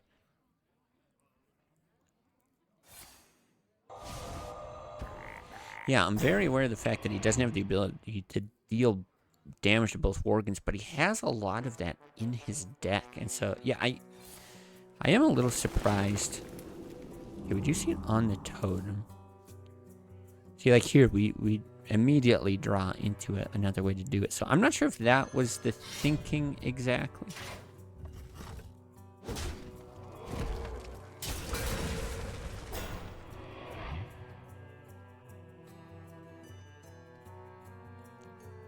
Even here, I don't think we want to play the Worgen, do you? Because it gives an opportunity to steal the frog. I mean, I know you can't make that hit. Okay, just gonna Black Knight. And I wonder if he actually will make this hit just to preserve this. I was kind of thinking this lightning bolt against the Sylvanas to even steal the Worgen, but I don't think he's got a way to trigger, to actually activate the Worgen, so... Okay, maybe getting a little fancy here.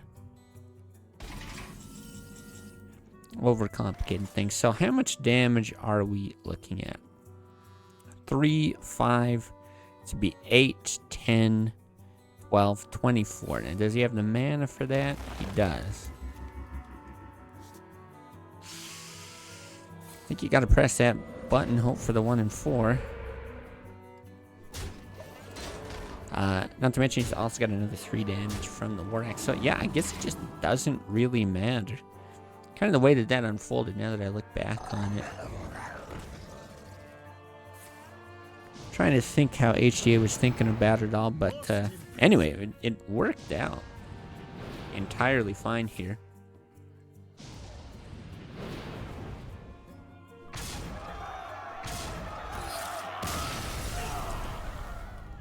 So actually able to tie the series up.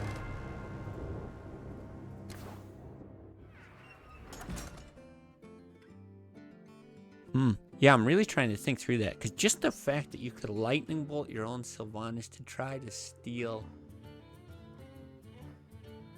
the frog, but I can't remember what else is in hand. Could he have dealt with the Worgen? I'm just thinking one extra taunt there could have been big, but then again, he did end up drawing the War Axe, so he would have been able to clear an extra taunt anyway. Yeah, I don't think any of that mattered, even if he took the risk of stealing with Sylvanas, and you were able to clear the Worgen. But in any case, this is what we're left with. This is the finals. Aggro Paladin versus this Control Shaman. 2 Feral Spirits in the opening hand, looking pretty good. You love Lightning Storms. Okay, Farsight, kind of a slow development. You love Earth Shock, you love Lightning Bolt, Doomsayers. There's a lot of stuff here that's going to help deal with the early game. And we'll see what the top deck ends up being here. HDA with those 2 Harvest Golems, this is going to be tough to deal with. A board that ends up being kind of sticky for a deck that doesn't have a lot of great AoE. Lightning Storm is a lot better than it used to be, but just having those 2 copies, a lot of times you would you'd end up in these situations like if we're talking original classic, common matchup, any kind of shaman, control, or mid-range is the more typical. Playing against Zoo, right? And when you have something like that, a lot of it would hinge on, hey, do I draw my Lightning Storms by the right time? If I do, I can clear the board, I can stabilize. If not, I just get completely overrun. And this Paladin deck, especially with these Harvest Golems that are a bit stickier, can be very, very, very difficult to deal with. So these Feral Spirits not having as much overload, huge deal. You can play them back to back. Ooh. Gonna be really interesting with double Knife Juggler here, though. And then even, yeah, a Consecrate. I don't think you want to combo with that equality, but okay, I quite like this. You're gonna be able to make a trade into one of these, see what happens with the knives.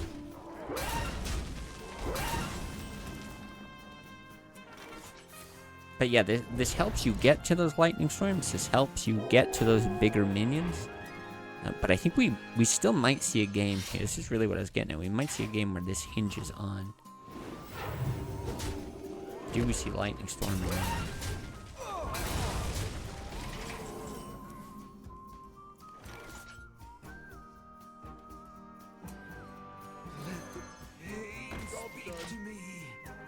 I mean, Acolyte of Pain, always good. I wouldn't have been too surprised to see the Farsight just to kind of high roll something, but this is certainly the safer play. And really annoying as far as running minions out immediately. You pretty much have to swing into it. A lot of times you want to swing that True Silver Two-Face. Just, 4 damage is quite a bit of damage. It's really nice to have. But this is going to limit your ability to do that because you don't want knives giving infinite draws to that Acolyte. Still, the HDA in a very nice position. Good board. Not a lot of answers here. Yeah, the Hex is okay. The Farsight could draw into something immediately, or the Drake could draw into something for next turn. But I think Manthai's feeling pressured against something just quickly here. And that's really where the consideration comes from. Do I get the draw with the Drake and try to survive one more turn? Or, do I just Farsight, try to high roll it now? Because you could end up with a very, very strong play if you hit something like a Lightning Storm. 2 copies in the deck, 19 cards, your odds are so-so. But even if you were to hit a Lightning Bolt, what is the sign that's called? Earth Shock. Of course, it's a low value. Ooh, wow. Wow. I mean, that is exactly what you needed there. Yeah, didn't have to roll for the spell power first, just because it's an automatic 3 damage. But holy, okay, well that makes this game extremely interesting. I think. If any of you guys watch sports, you see now AI's been integrated into so much of this stuff. Win probabilities over time. If you were to look at the win probability over time of this, I think we were rapidly approaching, 80%, 85%, something like that for HDA. Until that right there, and now puts things almost even. I do think HDA is in a very good spot with the Equality Consecrate, being able to break through any taunts that come up and really just deal with any big minions. But this isn't a lot of immediate damage. And now on 15, that potential heal from Alexstrasza is, it's a very real thing. You're still looking at 8 damage here if you just, kind of let things go. We're not going to do that. Once again, just saying, no, I'm going to high roll here. And honestly, a fine draw. You gotta get to that 9 mana. HDA, you could push 6. You could do 8. I don't hate the Consecrate here, because the thing with Equality now, you've seen a 1 Lightning Storm, you saw how desperate Dom was to draw it off of the far side, so you can be reasonably sure he doesn't have another Lightning Storm.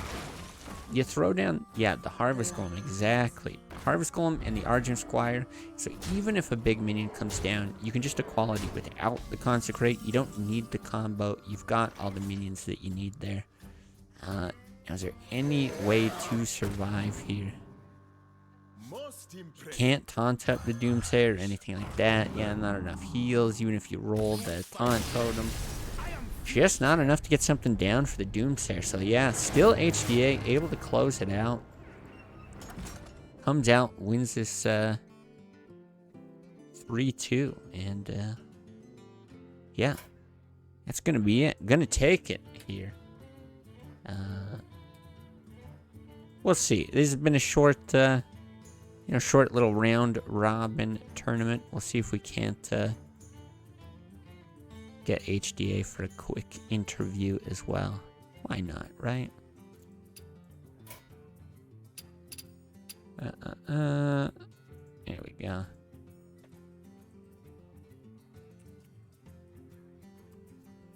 I know it's much later for him. Of course, he's probably expecting this to go longer.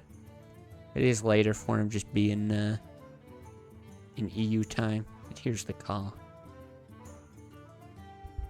Welcome, HDA. Congrats. Yeah, I won the big tournament. Yeah, huge turnout. Crushed all the opposition here.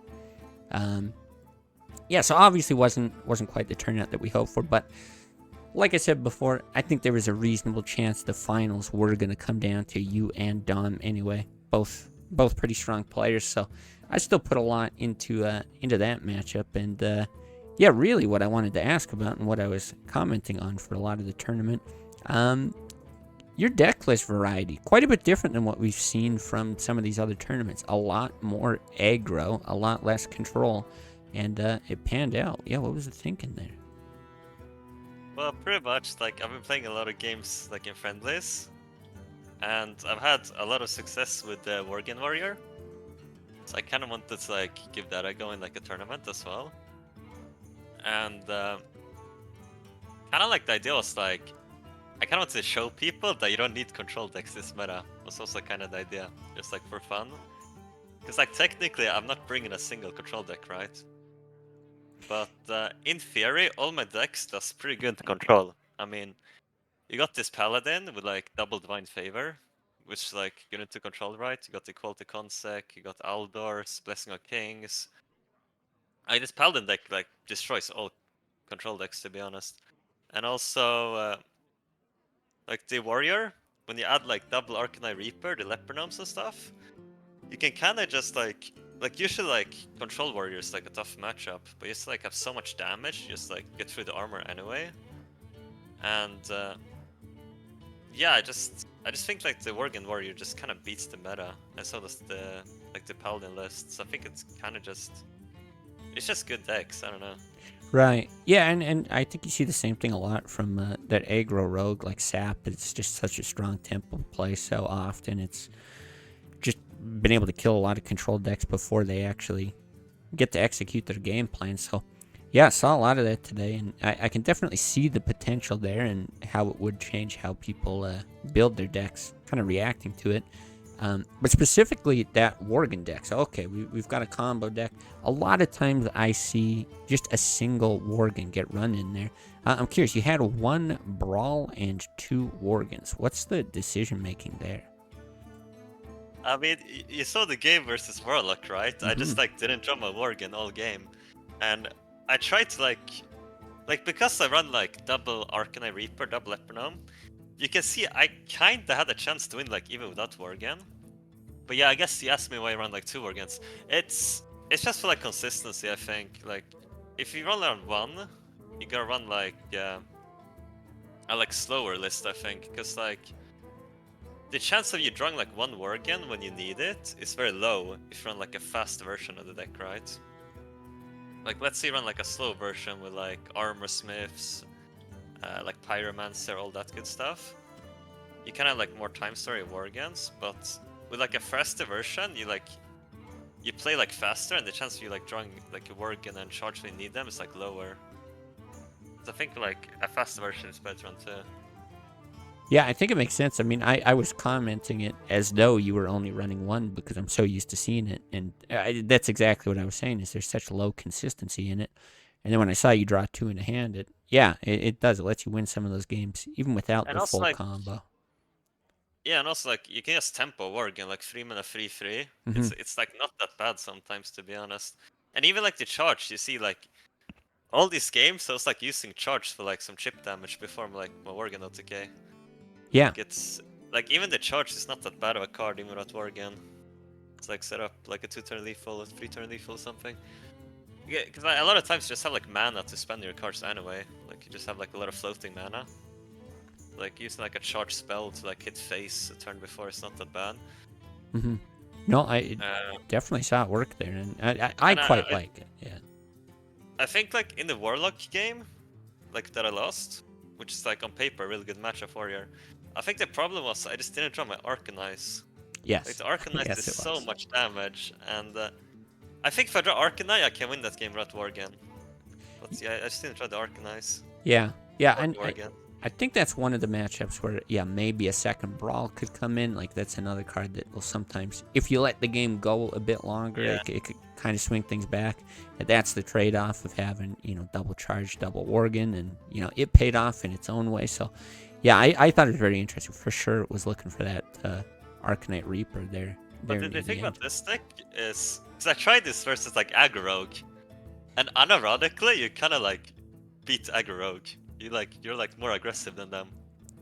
It's like, and like let's say Brawl for example, it's like the worst card ever versus Aggro Rogue, Hmm.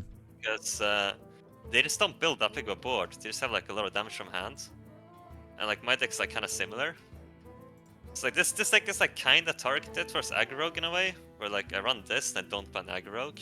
It's like kind of thought process as well, behind like one Brawl, and like more aggressive list. Yeah, makes sense. Interesting. Okay. And yeah, Okay. Well, yeah. Only other thing I was going to ask about. So this kind of wraps up. There were the 2 seasons going on. We had the EU season. This was the NA. Obviously the shuffling around at times, but it does cap it off. There's been this small resurgence now of we've been casting more of these, and I see interest. Theo's bringing up the idea of like changing up the format even a bit.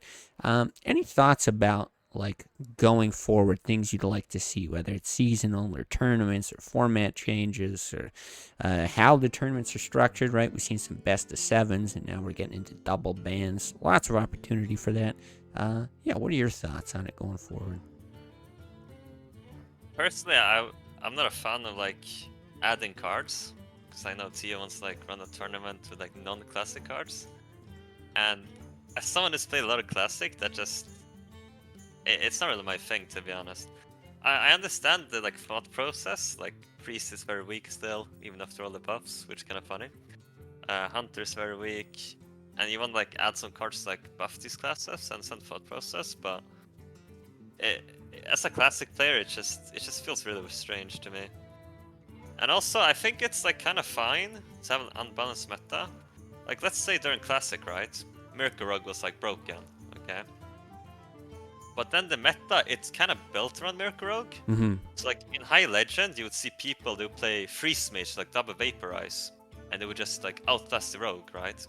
Like you like clear the board, you play Vaporize, and then Rogue, they can't play Leroy. So that would be like a crazy counter.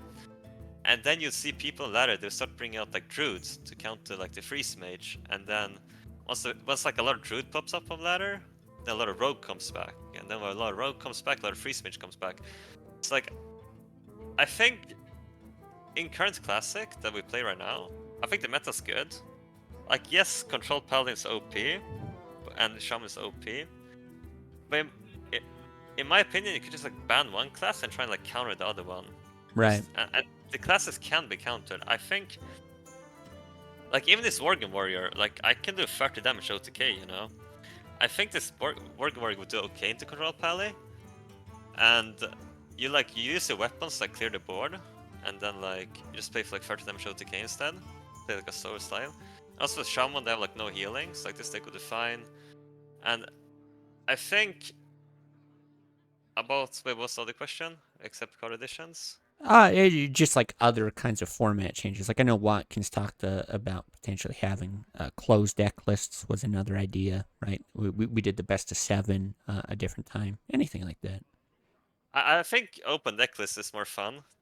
Yeah, I think it's just like really fun to like know what to play around and not like have to guess. Like if I'm playing against like someone with like closed deck list and like this randomly like mind control tech might like carry and I lose the game, I'm just gonna be pissed. For example, I prefer open deck list for sure. I think changing up like best of 7 and stuff is kind of interesting. I think that's good. Like not just do like best of 3 all the time. And I do think like 2 bans of 1 lock is like really good. Yeah, we definitely saw how that changed things up. And well, yeah, like you said, I mean the list you brought today a little bit different, showcased more what I guess let's say non-controlled decks. It wasn't all aggro, just non-controlled decks can do, how they can be built to be a little different. I definitely see that kind of. There's been a bit of a meta shift every time we have one of these tournaments. It's a lot slower than it ever was when there's a ladder, because there's just way fewer games, smaller player base that actually participates in the tournaments. But it is happening. Every time we do see something a bit different. So no, it's a interesting take there. Okay, well, anything like congrats, obviously. Huge wins. Unsurprising to see yet again HDA on top. Anything to add before I let you go? Not that I can think of, to be honest. Been here so many times, said everything you need to say. Yeah. Yeah.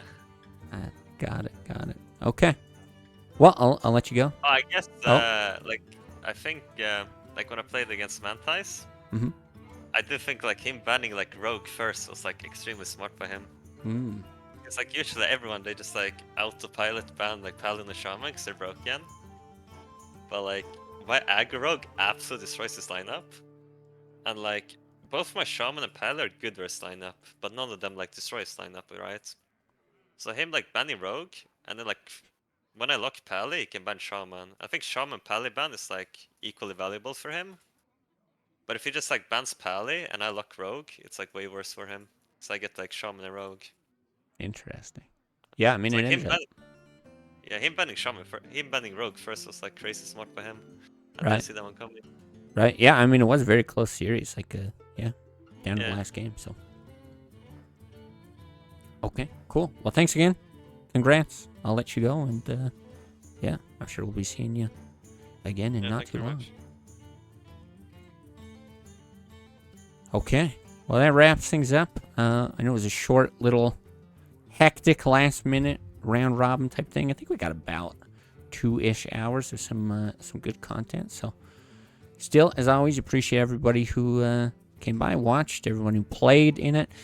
I don't know the exact plans for stuff coming up in the future. Like I said, there's some ideas for changing up the format with like some new cards or just bans and things like that. And I'm sure we'll just keep seeing more of the same. There's always people who are a fan of that as well. So we'll just continue seeing how things kind of evolve there. So stay tuned. I'll certainly be trying to do more of these as they come down the pipe. But yeah, for now, thanks everybody for watching. Take care. Have a great weekend, and hope to see you guys at the next one.